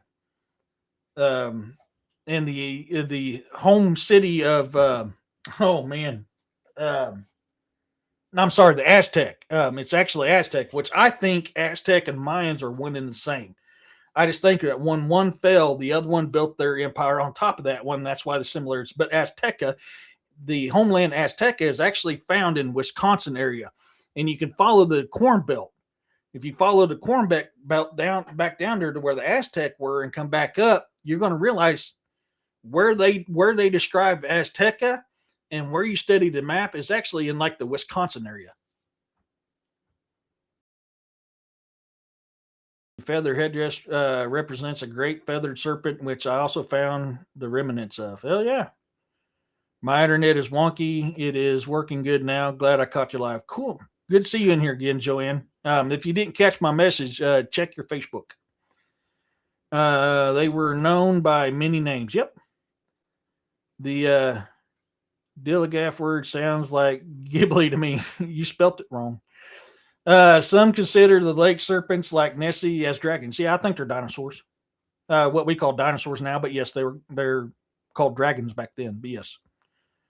Mud Fossil University is phenomenal. Roger is that dude is I don't agree with everything that Roger says, but there's a lot of what he says that I do agree with. I put together an international description of the animals. They all shape in common and left nothing out, not even their size. And yeah, from my research has made me think Mayans and Aztecs are the same, one and the same. I believe so too. I absolutely agree with you 100% on that, Roxanne. William and I talk about this all the time. Civilizations are built on the dust and bones of previous civilizations. Now, can the remnants of the Aztec be what created the Mayans? Possibly. And that's why if you actually study their belief systems, they're damn near identical. Aztec land, yeah, it's called Azteca. The homeland, the motherland of the Aztecs is called Azteca. You're fine. Roger's awesome. I learned a lot from him. Yes, but I also learned that he can be closed-minded. Yes, and he thinks everything is human biology and includes all the other body. Yes, I'll agree with that quite a bit. But still, when it comes to information, that man is a fountain of information. But I agree, not everything is exactly how he describes it. I think he's kind of off in some areas, but he's very close to the actual truth. But that's just my beliefs. That's my opinions, my theories, my hypothesis on it. But yes, Azteca. But if you study Azteca, study where they describe their homeland, Azteca, and then you start looking at the Wisconsin area of the United States, you're going to go, holy crap. And then you can literally follow the Corn Belt from there down to Mexico.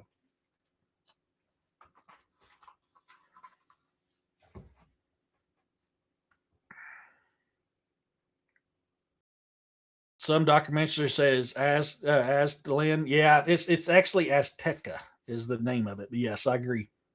They do. They absolutely do. A language group called Uto-Aztecian exists that links tribes together. Yes, actually, I forgot about that. Thank you for bringing that up. You are 100% right on that, Uncivil. No, he's excellent. I do not dispute it. I really admire his work, but when I presented evidence to him, he's ignored it outright and made video. Yeah, he's done the same thing for me, but it is what it is. I can't fault him for that. He's been attacked a lot. It was just a bit of a slap in the face because we supported him when academia was trying to ignore him. Yeah, and that's why I can't really fault him on that, is because the way he's been attacked and by who he's been attacked. I get why he's that way, but being that closed can also hurt somebody. So, and that's why I feel bad, but I still love his stuff. I got a fossilized photo of a fossilized giant's finger. Yes, you do. I may or may not have had that on my show. Well, it's like I was talking to him because I found something in the woods. Something told me to pick it up.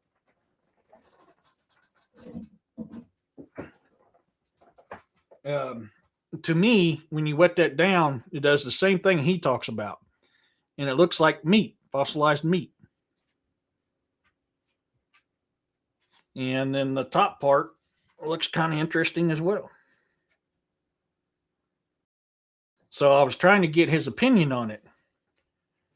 Yeah, Roger is busy. And then I found what looked like a possibility of a reptilian fossilized jawbone. Looks like rows of where teeth could have been, little teeth, kind of like a lizard. And I was trying to ask his opinions about that stuff. And sent him photos, and he said he does not accept photos from people he doesn't know. No, you're not. You're not.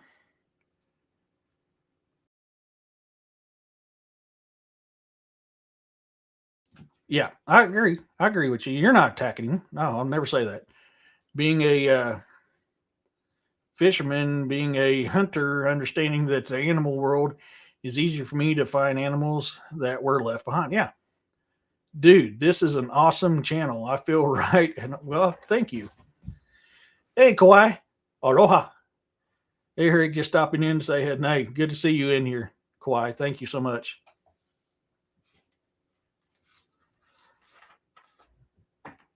Roxanne, the DA doesn't have a show tonight, right? Yeah. Okay, never mind. I remember now. Yeah. Okay.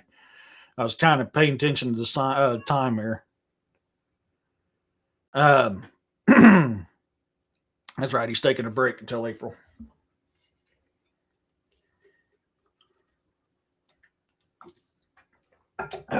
Sorry, I had to get a drink.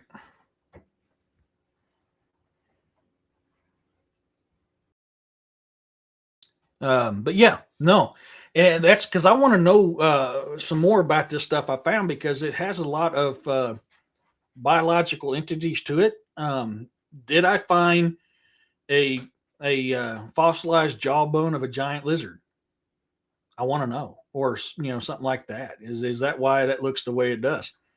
I would like to know. Another person who's got some great fossilized giant stuff is my friend Jesus Payon Jr. You guys will know him from Breaking Bad, Better Call Saul.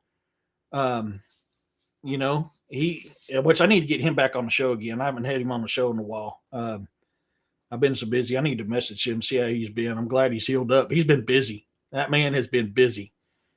But I need to get him back on. He's got some. Watch some shows that I've done with Jesus Payon Jr. and the stuff that me and him's talked about and stuff he's discovered and stuff like that.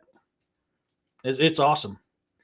Maybe a pterodactyl flying lizard, could be. I mean, I don't know. I know it was great. I just know I was actually in the woods just checking stuff out, and something told me to go over here and take a look, and I did, and this is what I found. And something told me to bring it home, so I brought it home. Yes, you do. Jesus Payon is. Oh man, I love Jesus Payon. That dude is so great. He wants me to come over to New Mexico with him and do documentaries with him, and I've got to get around to doing that. He's even offered to pick me up from the airport. I've got to get my butt in gear and get down there and see him. I just haven't been able to. But there will be in the future documentaries with me and Jesus Payon Jr. together. Instantly, did you know that Noah's Ark was made of gopher wood, which is only found in Florida? Yep. You had to get back to work, so I have some new books to read. Yeah, man. Right now, I am working on. I wrote myself in a bad spot on Saga Grimson Book 3, Revenge of the Wendigo. So I've had to get away from that again because I'm trying to figure out how to write myself out of that tough predicament I just put myself in. So I'm working on the People's Sentinel right now. That's the book I'm working on, which takes place right after shortly after the Roman army left Britannia.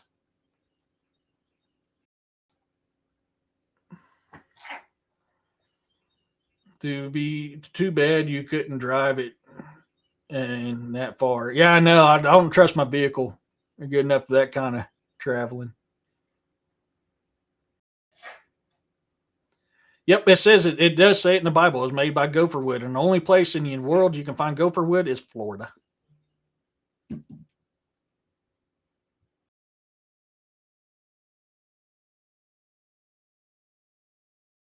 Yeah, if I ever get rich and famous and I can afford to buy me a better running vehicle, I'll probably drive down there, especially because of all the investigative equipment I've got. I've got a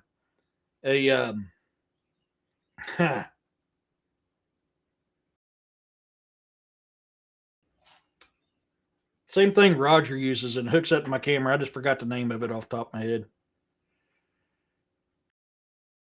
Is Cole writing a book on the giant digit? Yeah, he is.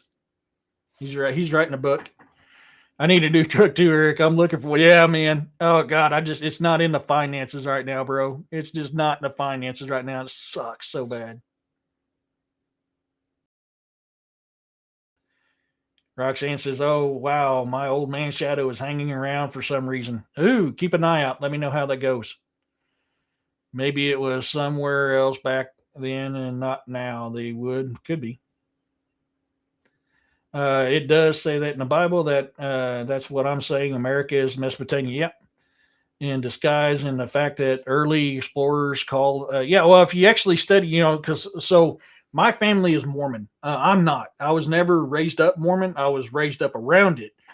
But by the time I was born, we were expelled from the Mormon society. So I never grew up as a Mormon. But if you study their stuff, and they talk about when Jesus visited America, the native people were not what we think of native people. They were Egyptian.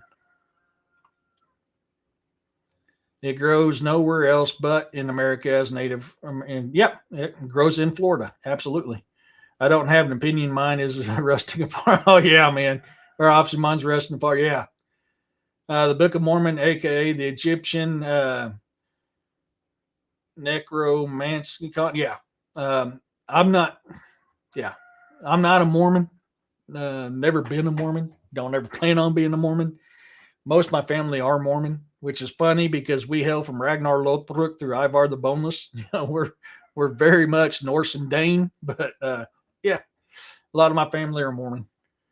I've actually got the Mormon book. Where did it go?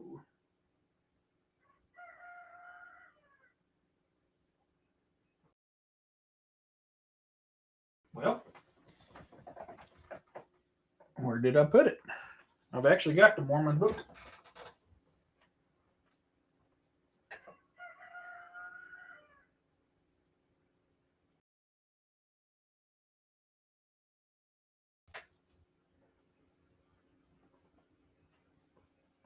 I'll have to figure out where I put it. Man, I just had it here not too long ago. I got to figure out where I put it. Yeah, I've actually got the Mormon book. The Book of the Dead.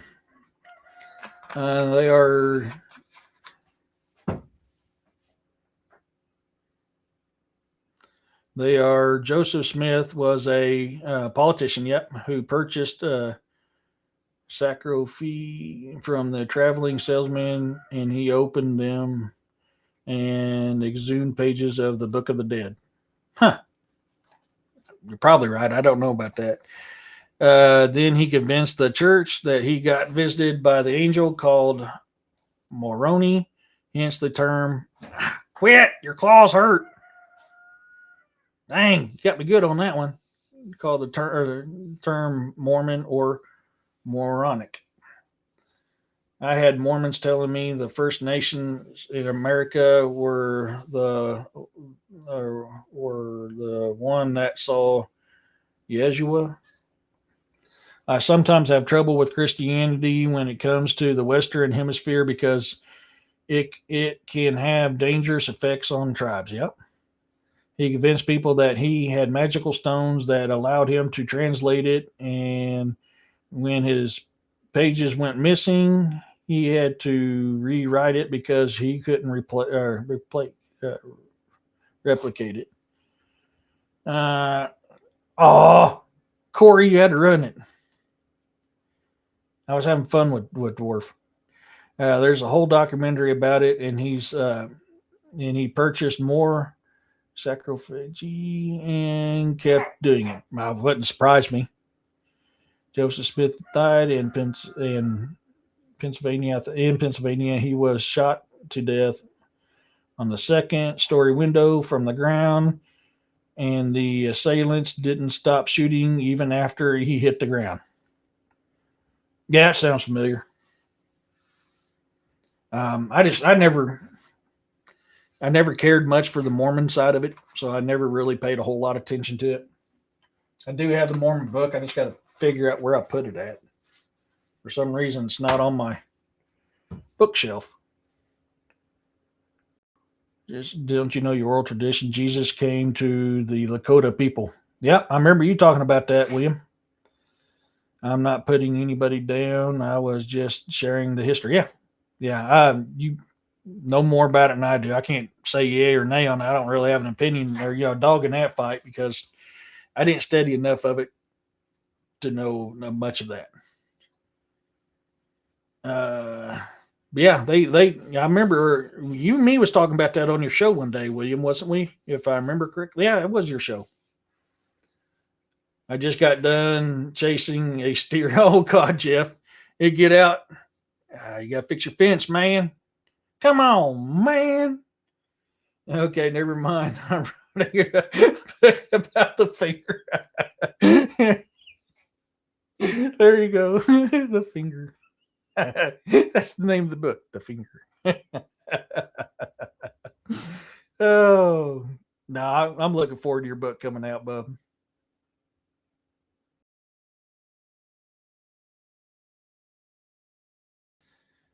If you get a chance. I'm sorry, man. If you get a chance, have a look at the other animals that I found if you want. Let's see. Where the index finger. Yes, it was one of the oldest legends of our people. Yeah, that's what I was thinking. Yeah. The electric fence was unplugged. Oh, no. Who unplugged the fence? Jeff. Jeff, did you fall asleep and unplug the electric fence? I'd really love some help, like some kind of collaboration where we could bring these animals into more detail. Yeah, there. I mean, I've done one of the first shows I ever did on here. Actually, I think it was the first show I ever did on here. Was talking about all these petrified animal remains and because of the flood and what it did. Uh, yeah, they do. They do in civil. Of course, you guys know. Most of you guys know my opinion on that.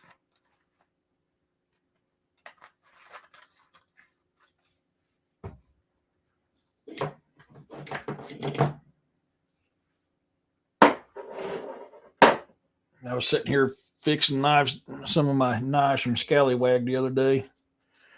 I'm not a Bible thumper.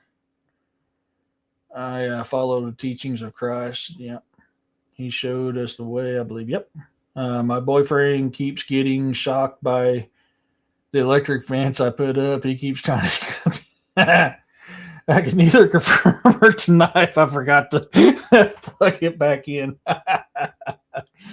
Wait there, man. I remember one time I told my brother I turned the light switch off, which turns the electric fence off to my old babysitter's hog pen. She had a light switch there in the kitchen that turned it off. And I did. I turned it off, and he went out to feed and water the hogs. And when he was straddling halfway over it, I turned that thing on. One of the best butt whippings I ever got in my life. What tell the truth about tell the truth about America comes to completely out to the public. Oh yeah. When can I change the screen after chat? I'm going to go and subscribe to yours. Don't worry about that. PS5 only gives you one browser. No worries. No worries. But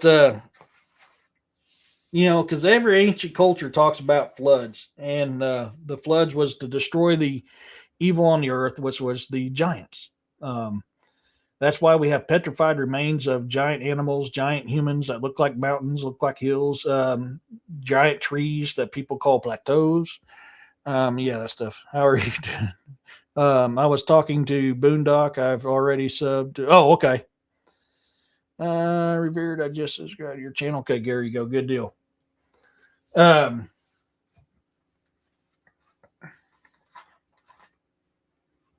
but yeah, I mean, man, I've gotten some of the best butt whoopings I ever got in my life was tormenting my little brother. Of course, he gave it back to me just as much I gave it to him. I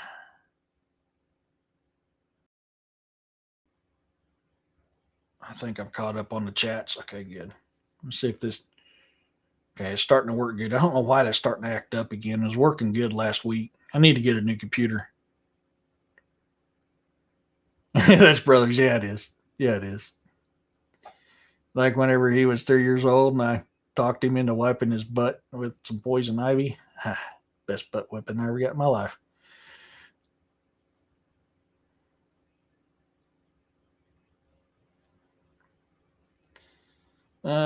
Things, but I hope you guys get to check out these animals. If you know anything about marine biology, if you know what a octopus looks like or a fish looks, then that's what you need. Yeah, and the octopus is different than anything else on this planet. But with everything, who knows when it's going to happen? Yeah. I'm fighting demons, kicking ass, and taking names. Oh, yeah, I've come here to chew bubble gum and kick ass, and I'm all out of bubble gum. Mm-hmm. Hey, Jessica.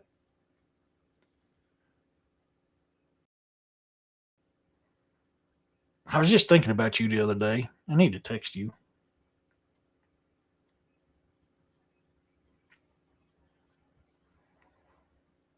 taking ass and kicking names. I come here to chew bubble gum and kick ass, and I'm all out of bubble gum. Mm-hmm. Put my own little spill on it. I will.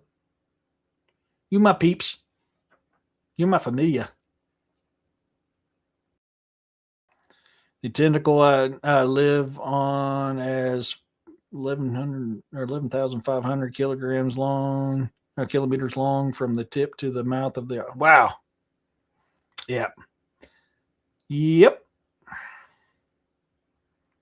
It sounds a bit of where the hillbillies spin. Oh, yeah. I got to get some of that, you know. Mm-hmm. Got to get some of them tater logs and cornbread. Mm-hmm.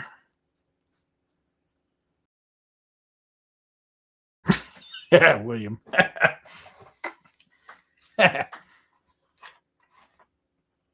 Oh, man. Yeah, it's man, I love this stuff. Was that your Alex Jones? Bubble gum? I'm out of bubble gum. I can identify the mantle. Daggone it. I can identify the mantle, the webbing, the eye socket, and all 8 arms are accounted for. Hell yeah. Ooh, pardon me.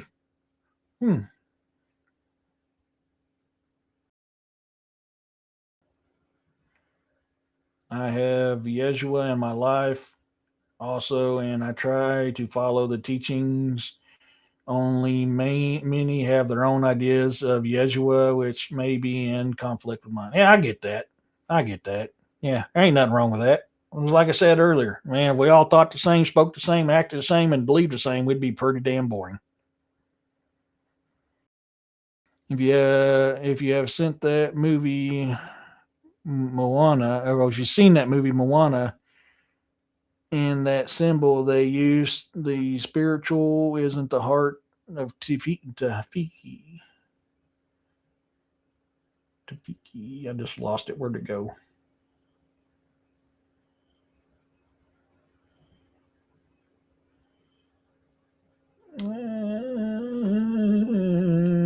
Where'd it go? The sparrow makes up what we see as Fiji. Go have a look. Hell yeah. Oh, no worries, bro. Yeah, I've been having issues with my computer today too, man. I get it.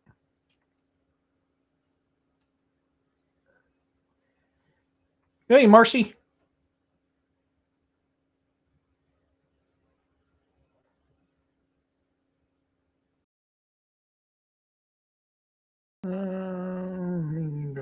Harsh. Oh, yeah. I get it, man. No worries.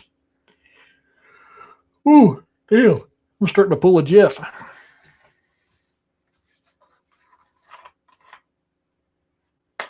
I was getting a kick out of you the other day, Jeff. Oh, watching your guys' show. Oh, gosh. You guys just crack me up on your show.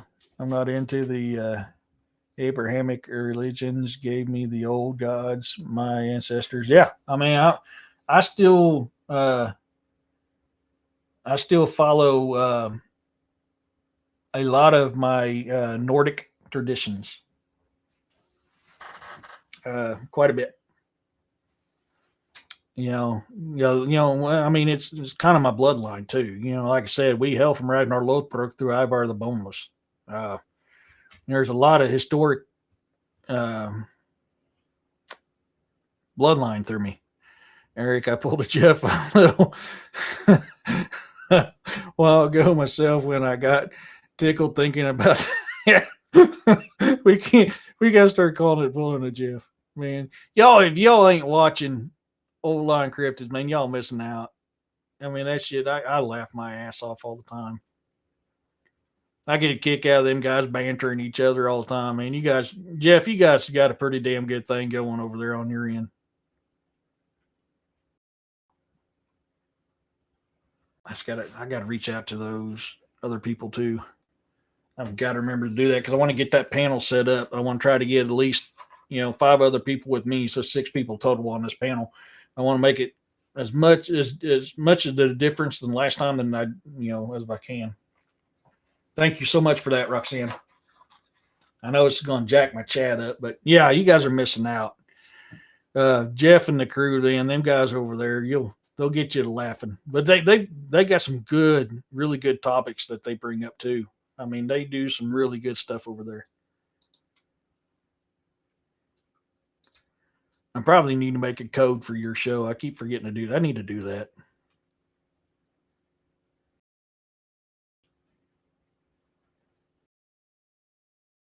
Oh, they are. Yeah, you guys are both spot on that. Yeah, it is. It's a good channel, man. I don't always get to catch them live because they usually go live by the time I'm going to bed. Um, but so usually I'm listening to them going to work, and while I'm at work, that's usually when I'm catching the show. Thanks, Eric. We try to entertain everyone while attempting to be serious. Yeah. Are you not entertained? Are you not entertained?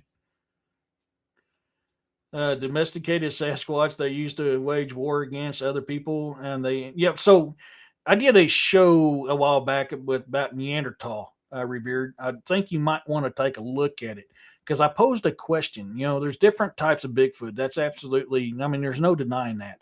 There's a type that's very humanistic look. Yes, absolutely. Jeff, post your link anytime, bro. Anytime, man. You've got all out permission to post your link on here. I love you guys to death, man. And I need to get on your show one day. I just need to sacrifice some sleep and come on one day with you guys.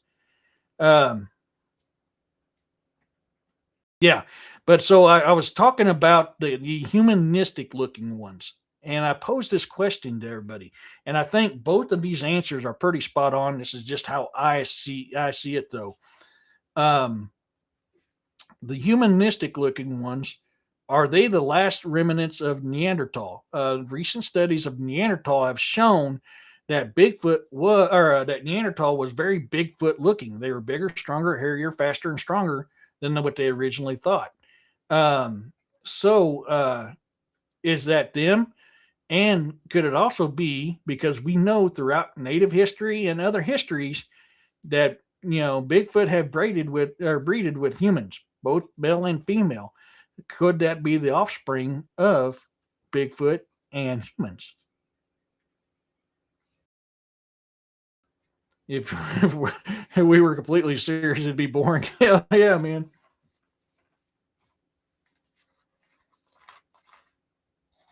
I don't think they died out. They were just written out of natural history. And yeah, I believe so too.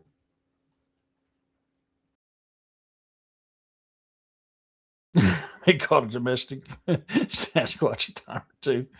There are many legends that talk about the human Bigfoot unions. Yeah. Me and Williams covered that, the last rendezvous that Bigfoot went on with the Lakota people and what happened and why they quit coming around rendezvous.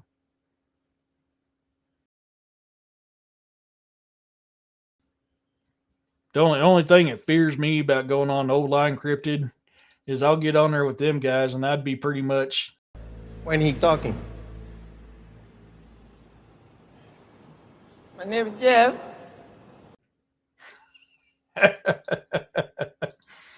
Oh, come on. My chat's acting up again. Quit. That's the same as that's the same as a medicine. A lot of illness and diseases are written out of book. Yeah, absolutely. Oh no, that's all right, Jeff. You're all good, man. Did you catch my little clip? What I'd be like if I was on with you guys?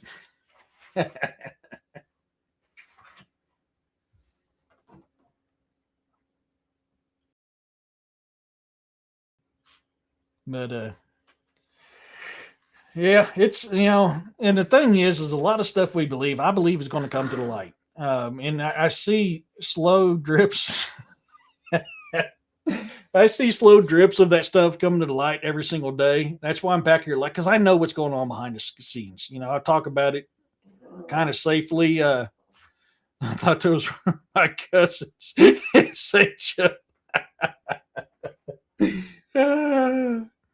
Oh man, but we're seeing it every single day. Every single day, we're seeing a little bit more exposure, getting more people used to this stuff, and that is how big government works.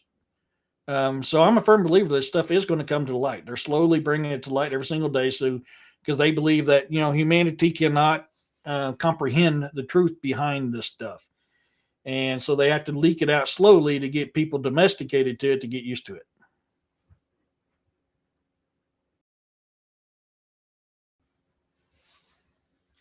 Roxanne was seeing that little clip. I was playing, my name is Jeff, and this is what she was doing.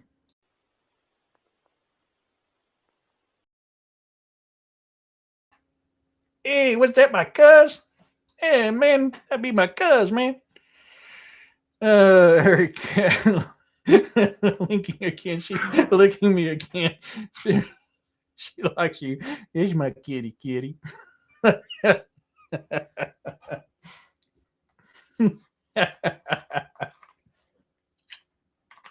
Oh, that's so hilarious when your cat does that, Roxanne. Hey, man, I'm a star. Roxanne Kitty likes to lick me when I'm on the screen. Hey, me later. You're gonna love it. Oh man. Yeah, I mean, I have a lot of fun with this stuff. It's great. Oh man, we're over 2 hours already. I guess we can extend it for a little bit longer. I ain't gonna be cutting into DA's time.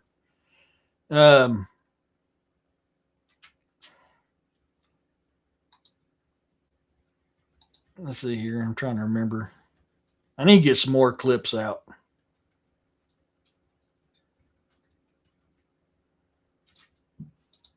I need to get some more clips downloaded for this. I ain't got the same ones.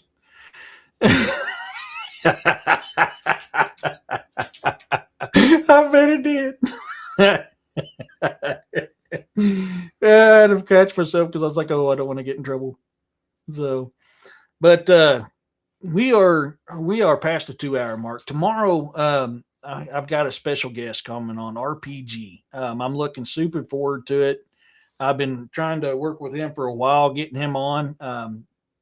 Times have finally melded together where we both can be on together at the same time. I'm just writing it right. I do. If you're an IHNR reader, you'll get to see it. But I do have erotica that I've been working on. I haven't worked on one in a while. I need to do some.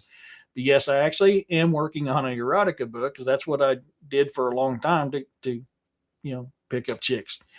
And they liked it so much that I started putting them in books. I haven't done a story in a while. But if you're an IHNR reader, yeah, you've read it. I looked at yeah. Revered. What did I miss? Revered said something. I missed it up. Or I missed it. What did I miss? What did I miss? Oh, yeah. Never mind. Yeah. Yep. Okay, I remember now. It's a fun song. Yeah. Have you guys seen that AI short where the cat comes busting in his house, Drew playing guitar? Oh man.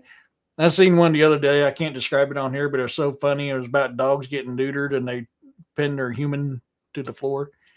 Yes, it is erotic, but in a nice way. Yeah. 50 Shades of Testament. Actually, it's called, oh my God, I forgot what it's called. Give me a second. I'm actually probably going to change the title on it. I just wrote something in there, but I'll probably end up changing the title to it. Manuscripts. Oh, you little hooker.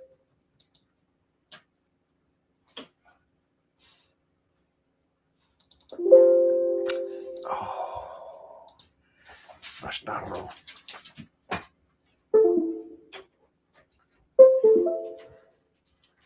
Give me a minute.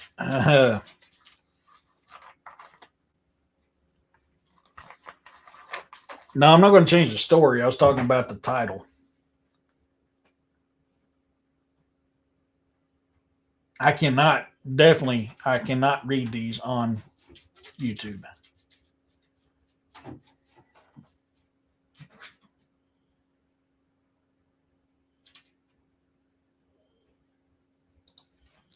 See if I can remember. I haven't wrote on that in a while. Nope, not that one. Oh God, what was the name of it?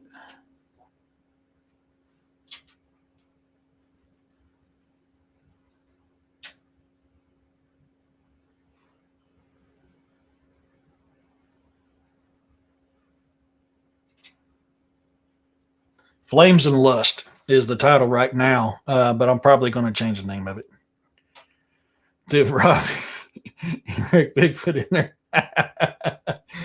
Yeah, I believe it is. I believe it's that one, Flames and Lust. Let me open it up and see. I want to make sure. I think that's it, though.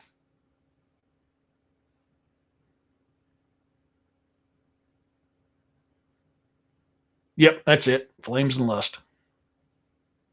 So far, I've got 1, 2, 3, 4, 5 stories in there.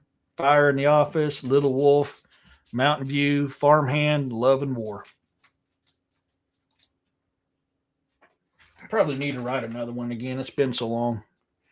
What sort of equipment do you use when you do an investigation out of curiosity? Okay, yeah, that's a good question. I have EVPs that I use. I have a spirit box that I use. I have an EMF detector. I have motion censored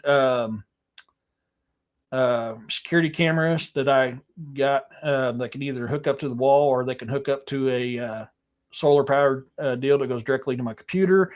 I have my video camera. I have a parabolic mic that accidentally broke, and I got to try to see if I fix it and it still works. That's how I actually caught Bigfoot speaking Lakota and Cherokee, was off of that parabolic mic. 2 digital 360 recorders, a forensics kit, a microscope that hooks to my computer, plaster, thermal. I got thermal and hooks to my phone. Mountain View, Missouri. Poor Robbie was catching hell for that. I'm so glad you said parabolic mic. Yeah, when I've told that to other people and they act, they don't realize that a parabolic dish can be used to isolate sounds and large. Yes, they can. I accidentally broke my shielding around my parabolic mic. I'm hoping that I can super glue it together and it still works. If not, I got to buy a new one. And I've got a number of different stuff. Yeah. I've got me 2 REM pods. I just bought me another REM pod. I've got that. I've got, get off there. I've got cat toys that if you bump it, they light up. I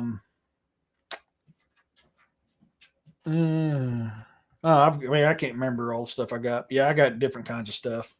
But I finally got around and ordered me up another REM pod. I want to get me a hey Arlen. I want to get me a paranormal tripwire. And I got an EMF detector, SLS. I'll say I've got mixed feelings on. I do have SLS. The problem I have with SLS is SLS will pick up things that are not actually there and say they're there. So I'm not a big fan of SLS. Structured light sensor camera. Oh, never mind. I was thinking of something. No, I thought that was SLS. So give me a second here. I may be thinking of something else.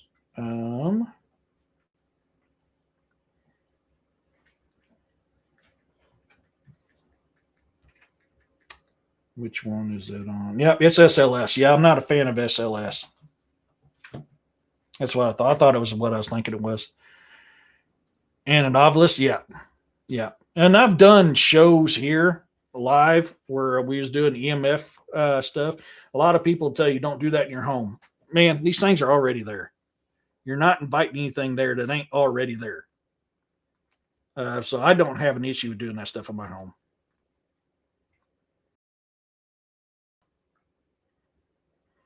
And structured by sensors don't work unless there is something for it to focus. Yeah, I've had too many times where FLS or SLS has picked up a figure, and it wasn't a figure. It was just something there, but it considered it a figure. So that's what it came across as. A dish satellite receiver makes one hell of a parabolic microphone. I never thought about that. Okay, quit. I'm not your scratching post. Quit needling me. Come on, quit. That hurts. Your claws are sharp, honey.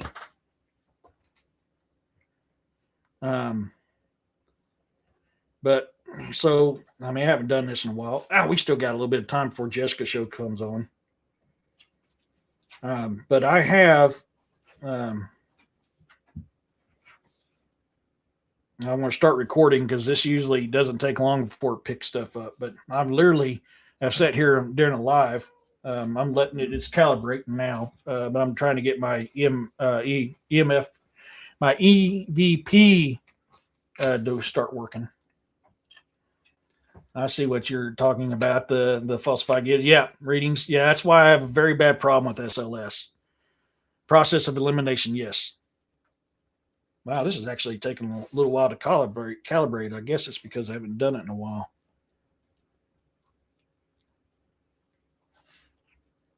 Is there anybody here with us today?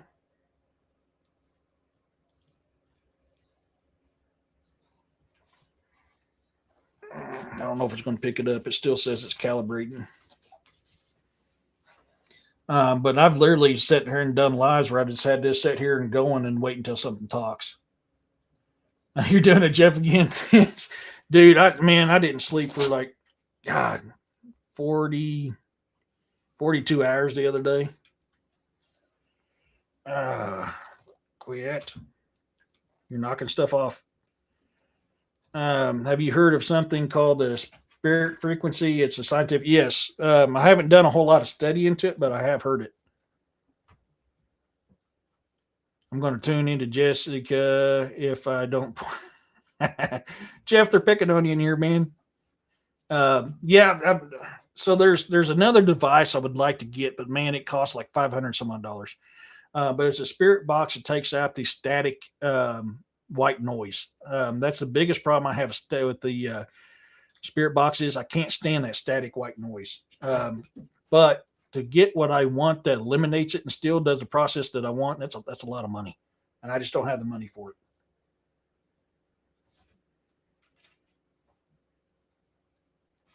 Okay, it's listening. So if anybody's going to talk, they'll say something. But I haven't done this for a while. I may need to do a show like this again where we're just kind of doing this.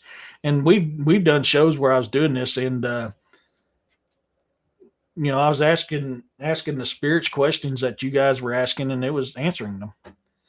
There's a frequency that is in an audible infrasound. A scientist started having paranormal activity in his laboratory, and when he investigated, discovered frequency has been emitted. Yep. The air conditioning unit has provided a frequency that induced paranormal activity. Huh. It's called the ghost frequency. The spirit frequency. Yeah. I've heard something about that not too long ago. I haven't had a chance to really look into a whole lot of it yet. But it's something that caught my interest, so I need to get some time and look at it. They're going at it again. Wow, they're not talkative today. It's like a dog whistle for spirits. Yeah. The Civil War site near my birthplace, Mill Springs. This place is haunted. Yeah, there's a lot of places like that, Arlen. A lot of places like that. We got a lot of them around here too, because there was a lot of border wars during Civil War fought here in Missouri. Most of Missouri was Confederacy. Only a couple cities were not. They were Union. So even when they did claim, when the governor at the time did claim we were Union, we were never Union. We were Confederate. Another paranormal team that was live used it on here when I told them about it, and they immediately got all kinds of activity. Oh yeah. The Obulus used words about Obulus. Yes. I want to get one of those too. Bridging a gap. Come on. Don't walk on my stuff. You know better. You know you ain't supposed to walk on that stuff. They're not really chatting today. Let's see. When are you coming this way? The Civil War Museum in Carthage. Yeah, I need to. I need to. I was trying to get down there, but my truck had broke down when that portal was coming in. Was in that area. I was trying to get down there and check that portal out, see if there was any truth behind it, but I just didn't have a vehicle that could get me down there.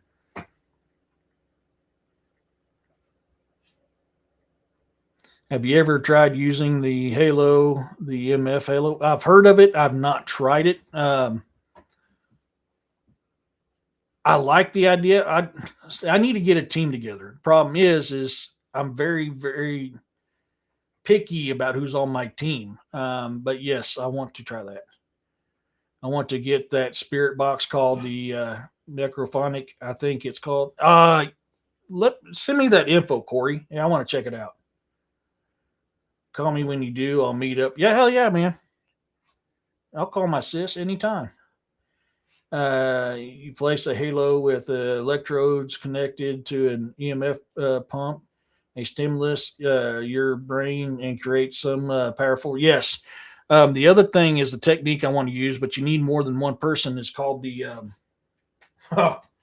Anyways, you're blindfolded. You're listening to it through headphones, and people ask questions, and you're basically using a spirit box. We used my Ovilus to talk with a spirit named Tom. A sign near there said the first owner was named Tom. Yeah. And you apply it to sensory. Yes. Yeah, I want to check that out. Are you guys just not talkative today? You're being shy, or are you guys just not here? I think this is the first time I went this long without any of them talking to me. Although they used to be mad when I threatened to evict them because of the way they were acting one day.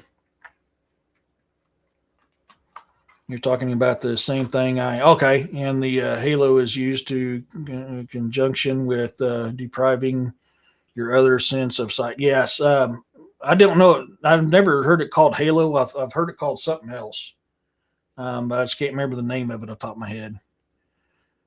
So you are literally filling the room with your brain. Yeah, I do that all the time. Like when I go into an investigation, I do what's called an initial investigation. I go there and I feel the energies of that area. That lets me know what I'm kind of dealing with. Now, that's not 100% accurate because I've had times where it seemed like, hey, this is low level paranormal stuff, no big deal. Get in the middle of investigation and it turns south like real quick. Demons can hide their energy. They absolutely can hide their energy. And I've ran into that situation before.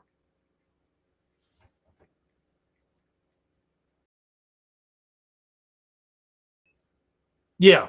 Oh, okay. I'm trying to remember. There's a technique where they call it something else, but yeah. Okay. So yeah, it's the same concept. Okay. I've seen investigators use that. I'd like to try. Yeah, definitely. Yeah, I'm game for trying it. Now it's kind of impressive. They're not chatting today.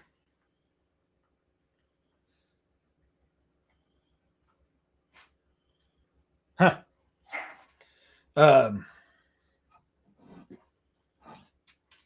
Yeah, I don't know. Yeah, I need to get more gear. I just don't have the money. Finances has really hit me hard, and every time I get close to bouncing back, a bunch of other stuff happens. I've done ghost hunting in Indiana, Kentucky, and here in South Carolina. Yeah, there's a lot of stuff in that area. Yeah, we're talking about the same thing because spirits and frequencies are brain waves when they fall. Yeah. See, that's the thing is I have my gift of discernment is really good. I can always sense when something's around. So when I do my initial investigation of the area before I go in and do an actual full on investigation, or I bring somebody with me on an investigation, I always do a initial investigation. Like one time, one of the few times I've ever been ran out of the woods, and I was live on YouTube when this happened. I was doing the initial investigation of a werewolf sightings that by here, which I got to get back down there and do. And what I ran into was not a werewolf. It was something very, very old, very, very evil, and very, very powerful that kept trying to get me to go away from where I was to come to a certain area. And I knew that if I went to that area, I wouldn't be here talking to you right now. And about an hour or so into this initial investigation, when I'm down there checking the original sighting of the werewolf, it got very violent, very, very strong, very, very angry because I was ignoring it. And I had to leave. Yeah, I had to leave on that one. You can find part of that investigation on my YouTube. It's on my YouTube. Yeah, I think it's under case number 002, the werewolf. But yeah, and ethanol will call spirits that the connection. That's why people change so much when they drink spirit. Yeah. An apparition when you see a spirit appears as a mist. And so that's a very big misunderstanding people have about paranormal. A partial apparition is rare. A full-on apparition is extremely rare. 99% of the time, what you're going to get is something either caught on camera or it's going to be audio. Physically, with your own eyes, seeing a partial to a full apparition is very rare. The transferal of the energy as the conception grows with the vessel it is in and moves on, taking the electricity and frequency that is detected using the K2 meters and the EVP. Yep. I live in Camden, South Kakalaki, or Camden, South Kakalaki. It is a very revolutionary war city. Yep. Very haunted.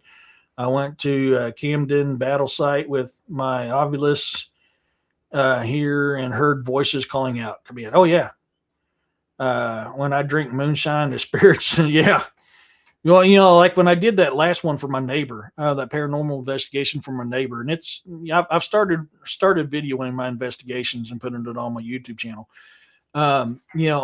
You'll hear me. I set up my digital 360 and I set it down. You'll hear me putting my equipment together and talking with my client, and a little boy comes. I mean, not even 5 minutes in. I mean, less than 5 minutes into this, me having this digital 360 up, you get a little boy goes, "What are you doing?"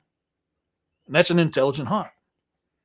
So a strong dark spirit consumes the ether around it and accumulates the energy for it.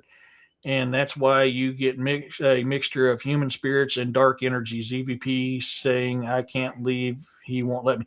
I've actually ran into something very similar to that, to the Indian Point one that's on my channel, where me and a brother of mine, he does investigations up in Kansas. And we were just sitting around at our national rally and talking about our equipment. And I actually had this going, and I had a little girl that was trying to communicate. And we had an elderly couple that was keeping her and the others from communicating with us. And I do not believe in provoking spirits. I'll never provoke a spirit. It's not me that has to deal with the consequences. It's my client. And I'm not going to do that with my client. But there's times I will stand my ground. And like me and him had to stand our ground with this elderly man and this elderly woman that was not allowing the others to speak with us. And we had to literally push them away and end up helping this little girl and like 12 other people that night. And then part of that Indian Point one was where you see me sleeping in my bed and you see that orb shoot down and you see my EMF detector go off. That was during that time.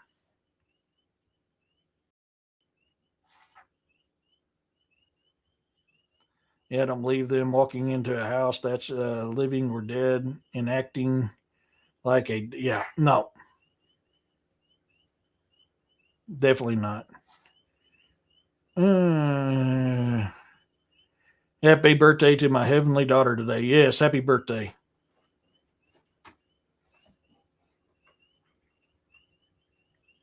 Oh, that just heard something and it brought back a memory from last weekend. Man, I was getting some weird howls last weekend. I put myself in the ghost shoes and understand what it's like to be. You know, so that's the thing. Like when I did the paranormal investigation at the Pythian Castle, the team that's investigated that thing for years and years, when it was done, they pulled me aside like, dude, how'd you get all that? How'd you get them to all that evidence? He goes, we've never had them reveal as much as they revealed to you. I said, because they're human. And I talked to them human. Just because they're not in flesh and bone anymore doesn't mean they're not human. They're still human. Yeah, it's all about intent and respect. Absolutely. And but they were literally beside themselves on the activity that I caught during that investigation. And I mean, it's just, that's how it is. They're still human. They're not flesh and blood human anymore, but they're still human.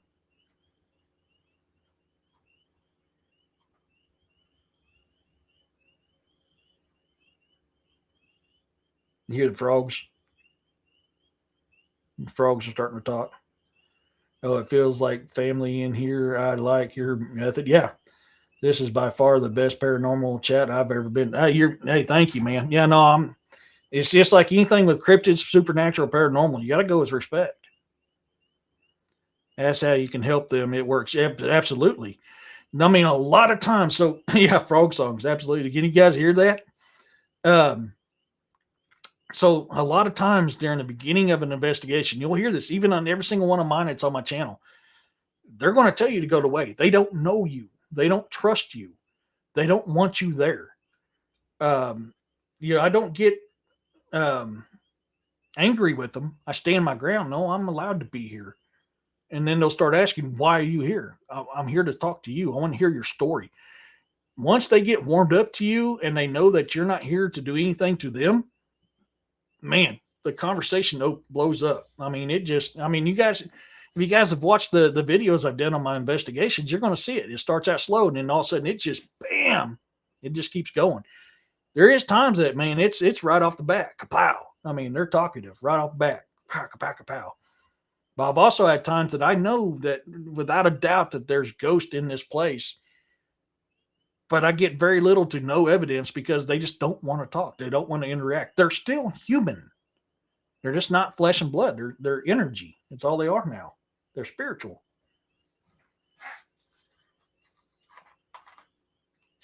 I'm going to shut this off because they're just not talking today.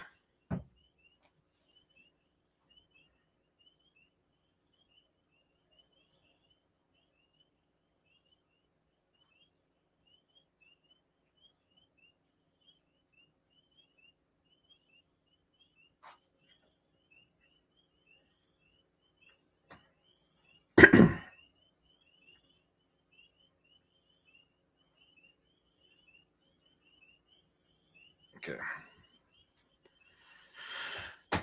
Yeah, I mean, but honestly, that's how you do it. You really got to. For example, when I was working on an investigation where the paranormal team from Penn State, they had a paranormal issue at the house with a Native American spirit because they cut down a sacred tree. Yeah, that happens.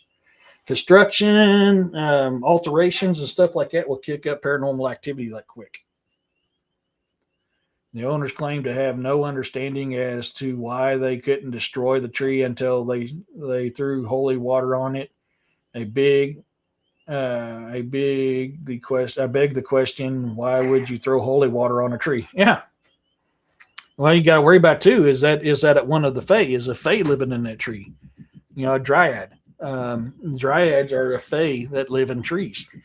That's why I'm a big believer. Bigfoot is not going around a tree knocking. I'm sorry. No. If we know about these things, they know this stuff way better than we do. And they're not going to go around taking a stick, banging on a tree. They're just not going to do it. You do that and you don't ask that dryad a question, they're going to raise hell in your life. You just don't do that. So I don't believe Bigfoot is tree knocking. I'm sorry, I don't. But that's my question too. I mean, if you're throwing holy water on a tree, was there a fae living in that tree? Was there a dryad? I didn't fall asleep. I'm still. Are you sure, Jeff? Are you positive you didn't fall asleep? I think they knew that it was an ancient reservation. Probably. And the native people know about the fae. So, yeah. Yes, absolutely. DA thinks it's tongue popping, and I agree with him 100% on that. I absolutely do. So they were only asked to plant fruit trees that were blessing the spirits of the people, which reduced the activity significantly. Yeah. Yep. But yeah, Arlen, you're right. I agree with DEA 100% on that. I believe it's tongue popping. I will not.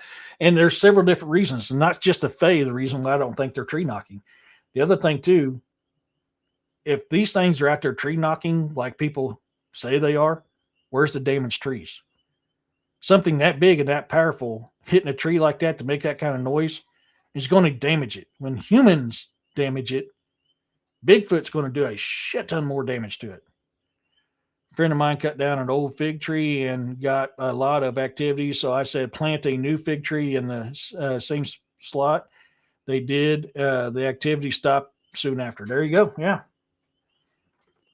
Trees are very, very sacred to everything. I mean, Nordic mythology will tell you that too. I mean, man and woman was made from ash and elm, which sounds a lot like Adam and Eve. Once again, coincidence, very similarity. Odin took an ash tree an ash tree and made man, and took an elm tree and made woman.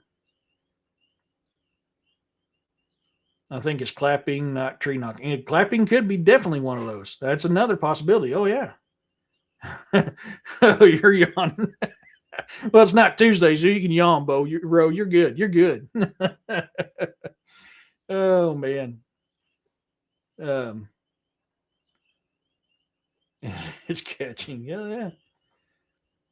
But I'm just. I mean, I know people ain't going to agree with me on that, but it is what it is. I mean, our ancestors talked about this stuff all the time, so there's got to be some kind of truth to it. I know one method of communicating used to be indigenous tribes would actually use rocks, yes, and clacking them together. Absolutely, they did.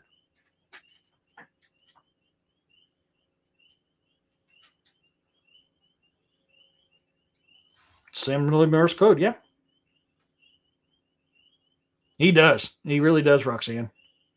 Yeah, that's what I've been doing, Jeff. I got me a big old cup of coffee. It's even got my name on it. Finally got it in. I've been waiting 2 months for this thing to come in.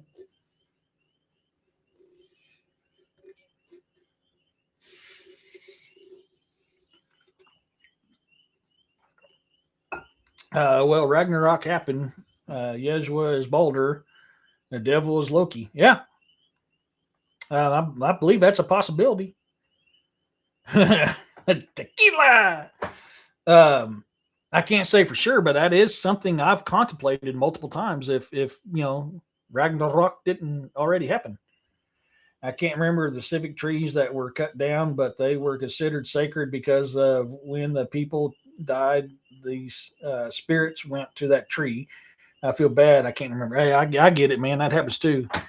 I fell asleep on Messenger video last night and missed some Bigfoot activity. Oh no! Was you able to record it at least? Please tell me you got it recorded. That's real cool, Eric, but they spelled your name wrong. No, they didn't. I spelled my name right.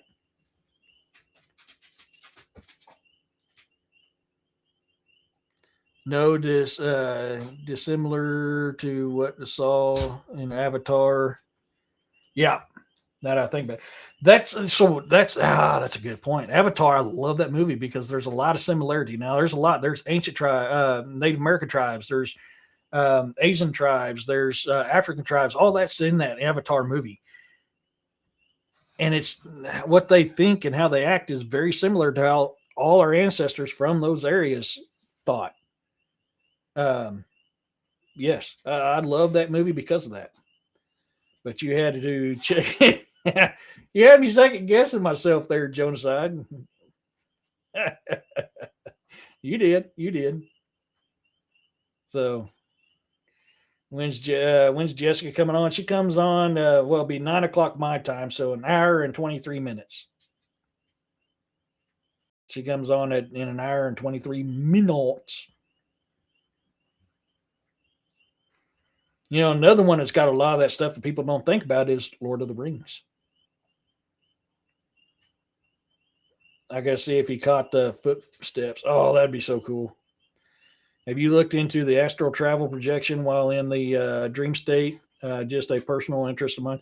I know about it, but I have not tried to. As far as I know, I have not partaked of that. I like Avatar. The first time I saw it, saw it danced with wolves. Yep.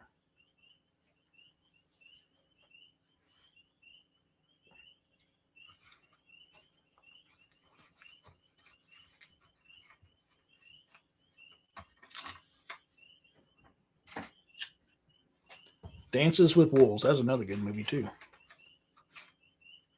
But you know, you'll be surprised how much of ancient culture is even in Lord of the Rings and The Hobbit. Some very good ones that I've been watching. I'm on Rise of the King now. It's taken me a week to get through those movies because I watch the extended versions and I can't watch it all at once because, well, I work. I wanted to see the Fire and Ash, the new one. Yes, me too. The water one was pretty good. I'll have to admit the water one's pretty good. Sad, but pretty good.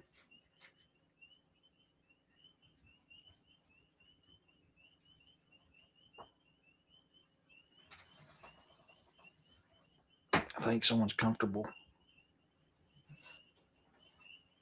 So, yeah, I can't wait to see the new one. So, oh, man. Oh, man, we're almost at 3 hours now. Holy cow. Time goes by quick when you're talking. Like I said, as far as I know, William does have a show tomorrow morning. The Way of Water, yes. There's a giant sedimentary fossil feather, 90 kilometers long, just saying on the ocean floor in the Bering Sea, right beside the tip of the tail of the great dragon Tiamat. Huh. I started Fellowship extended version. Took 3 days. Yeah, yeah. It's I'm on Rise of the King or Return of the King now. I love those movies. I just absolutely love those movies. So we're going to go ahead and start winding it down. Like I said, tomorrow RPG is going to be on. We're going to be talking about Bigfoots around the world and our experiences. So I hope to see you guys there. It's going to be a very special show. I will be getting with these other guys, try to get this panel together so I can get Jeff and the others on, and we can have another panel Q&A like we did about a little over a year ago with DA, Robbie, Jessica, and William and I. I've had issues with my phone, so I'm wondering that ain't part of a part of the problem. Why I haven't heard from them yet. So I will reach back out to him again. And I appreciate Jeff for reminding me of that because I meant to do that yesterday and I completely forgot. Aurora Lights forms. Yep. Well, thank you, Arlen. And if you explore the Grand Canyon from satellite and zoom, and you'll see the blue and red veins from the lungs of the dragon. Heck yeah. Got for me tonight again. Love it. Hell yeah. Thank you. If you guys haven't already, go check out my latest book that I just published, Reign of the Draugr, Dawn of Armageddon. I had a lot of fun writing that book. It's my views and opinions on what would actually happen during a zombie apocalypse, which the zombie are known as Draugr in Nordic mythology. So that's why it's called Reign of the Draugr. It's been hanging out with you guys. I've enjoyed your channel. Hope you guys, thank you. Appreciate that. Go check that out. I am trying to get it on audio. Secrets of Vikings Age, Secrets of Mercia. I'm still having a lot of issues with that, getting it produced, but hopefully that'll get done here soon as well. So that'll be on audio as well. If you guys don't mind, go to amazon.com/author/ED Testerman. Follow my fan page, rate, comment, and share my books. That really helps the algorithm getting my books out there to more people. I hope to see you guys later on in Jessica's chat. I've got to do some cooking, so I've got to fire up the grill and put some steaks on the grill, get something to eat. I've only ate, well, last time I ate was sometime this morning, so I need to get around and get some food. So I'll be listening to Jessica's show. Plus, I'm working on, my current book that I'm working on. The People's Sentinel, A Soldier's Ascent. I kind of got mixed feelings because I really want to get this book out, but at the same time,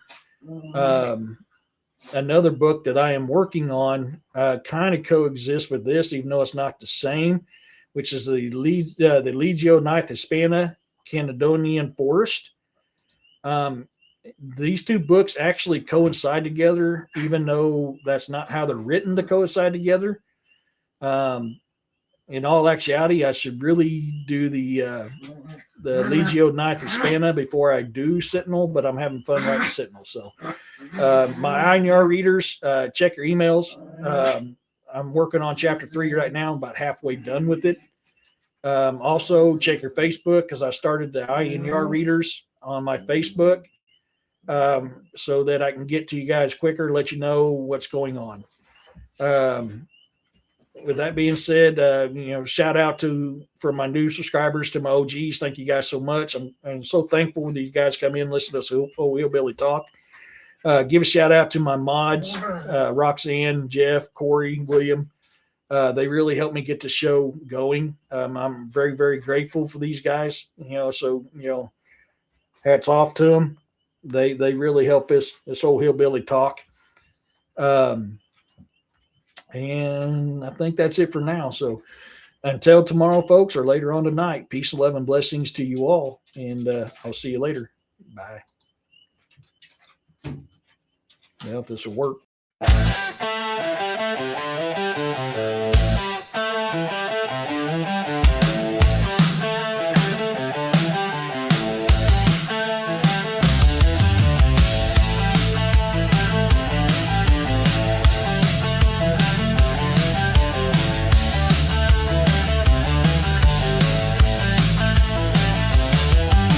Shadows where whispers hum.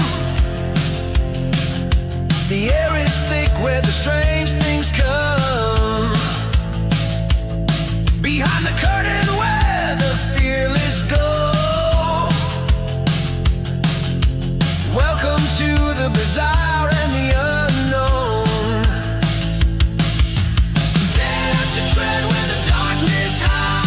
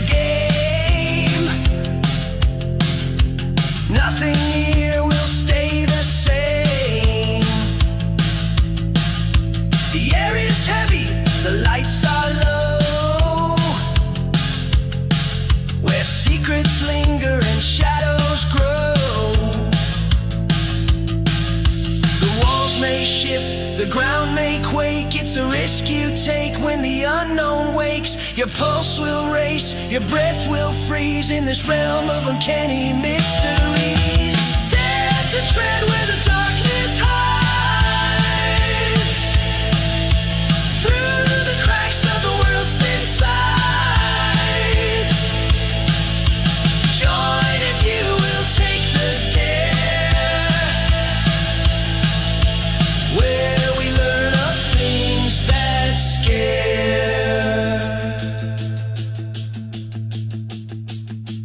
The bazaar wears a wicked grin. Its world pulls you slowly in. But once you're here, you'll never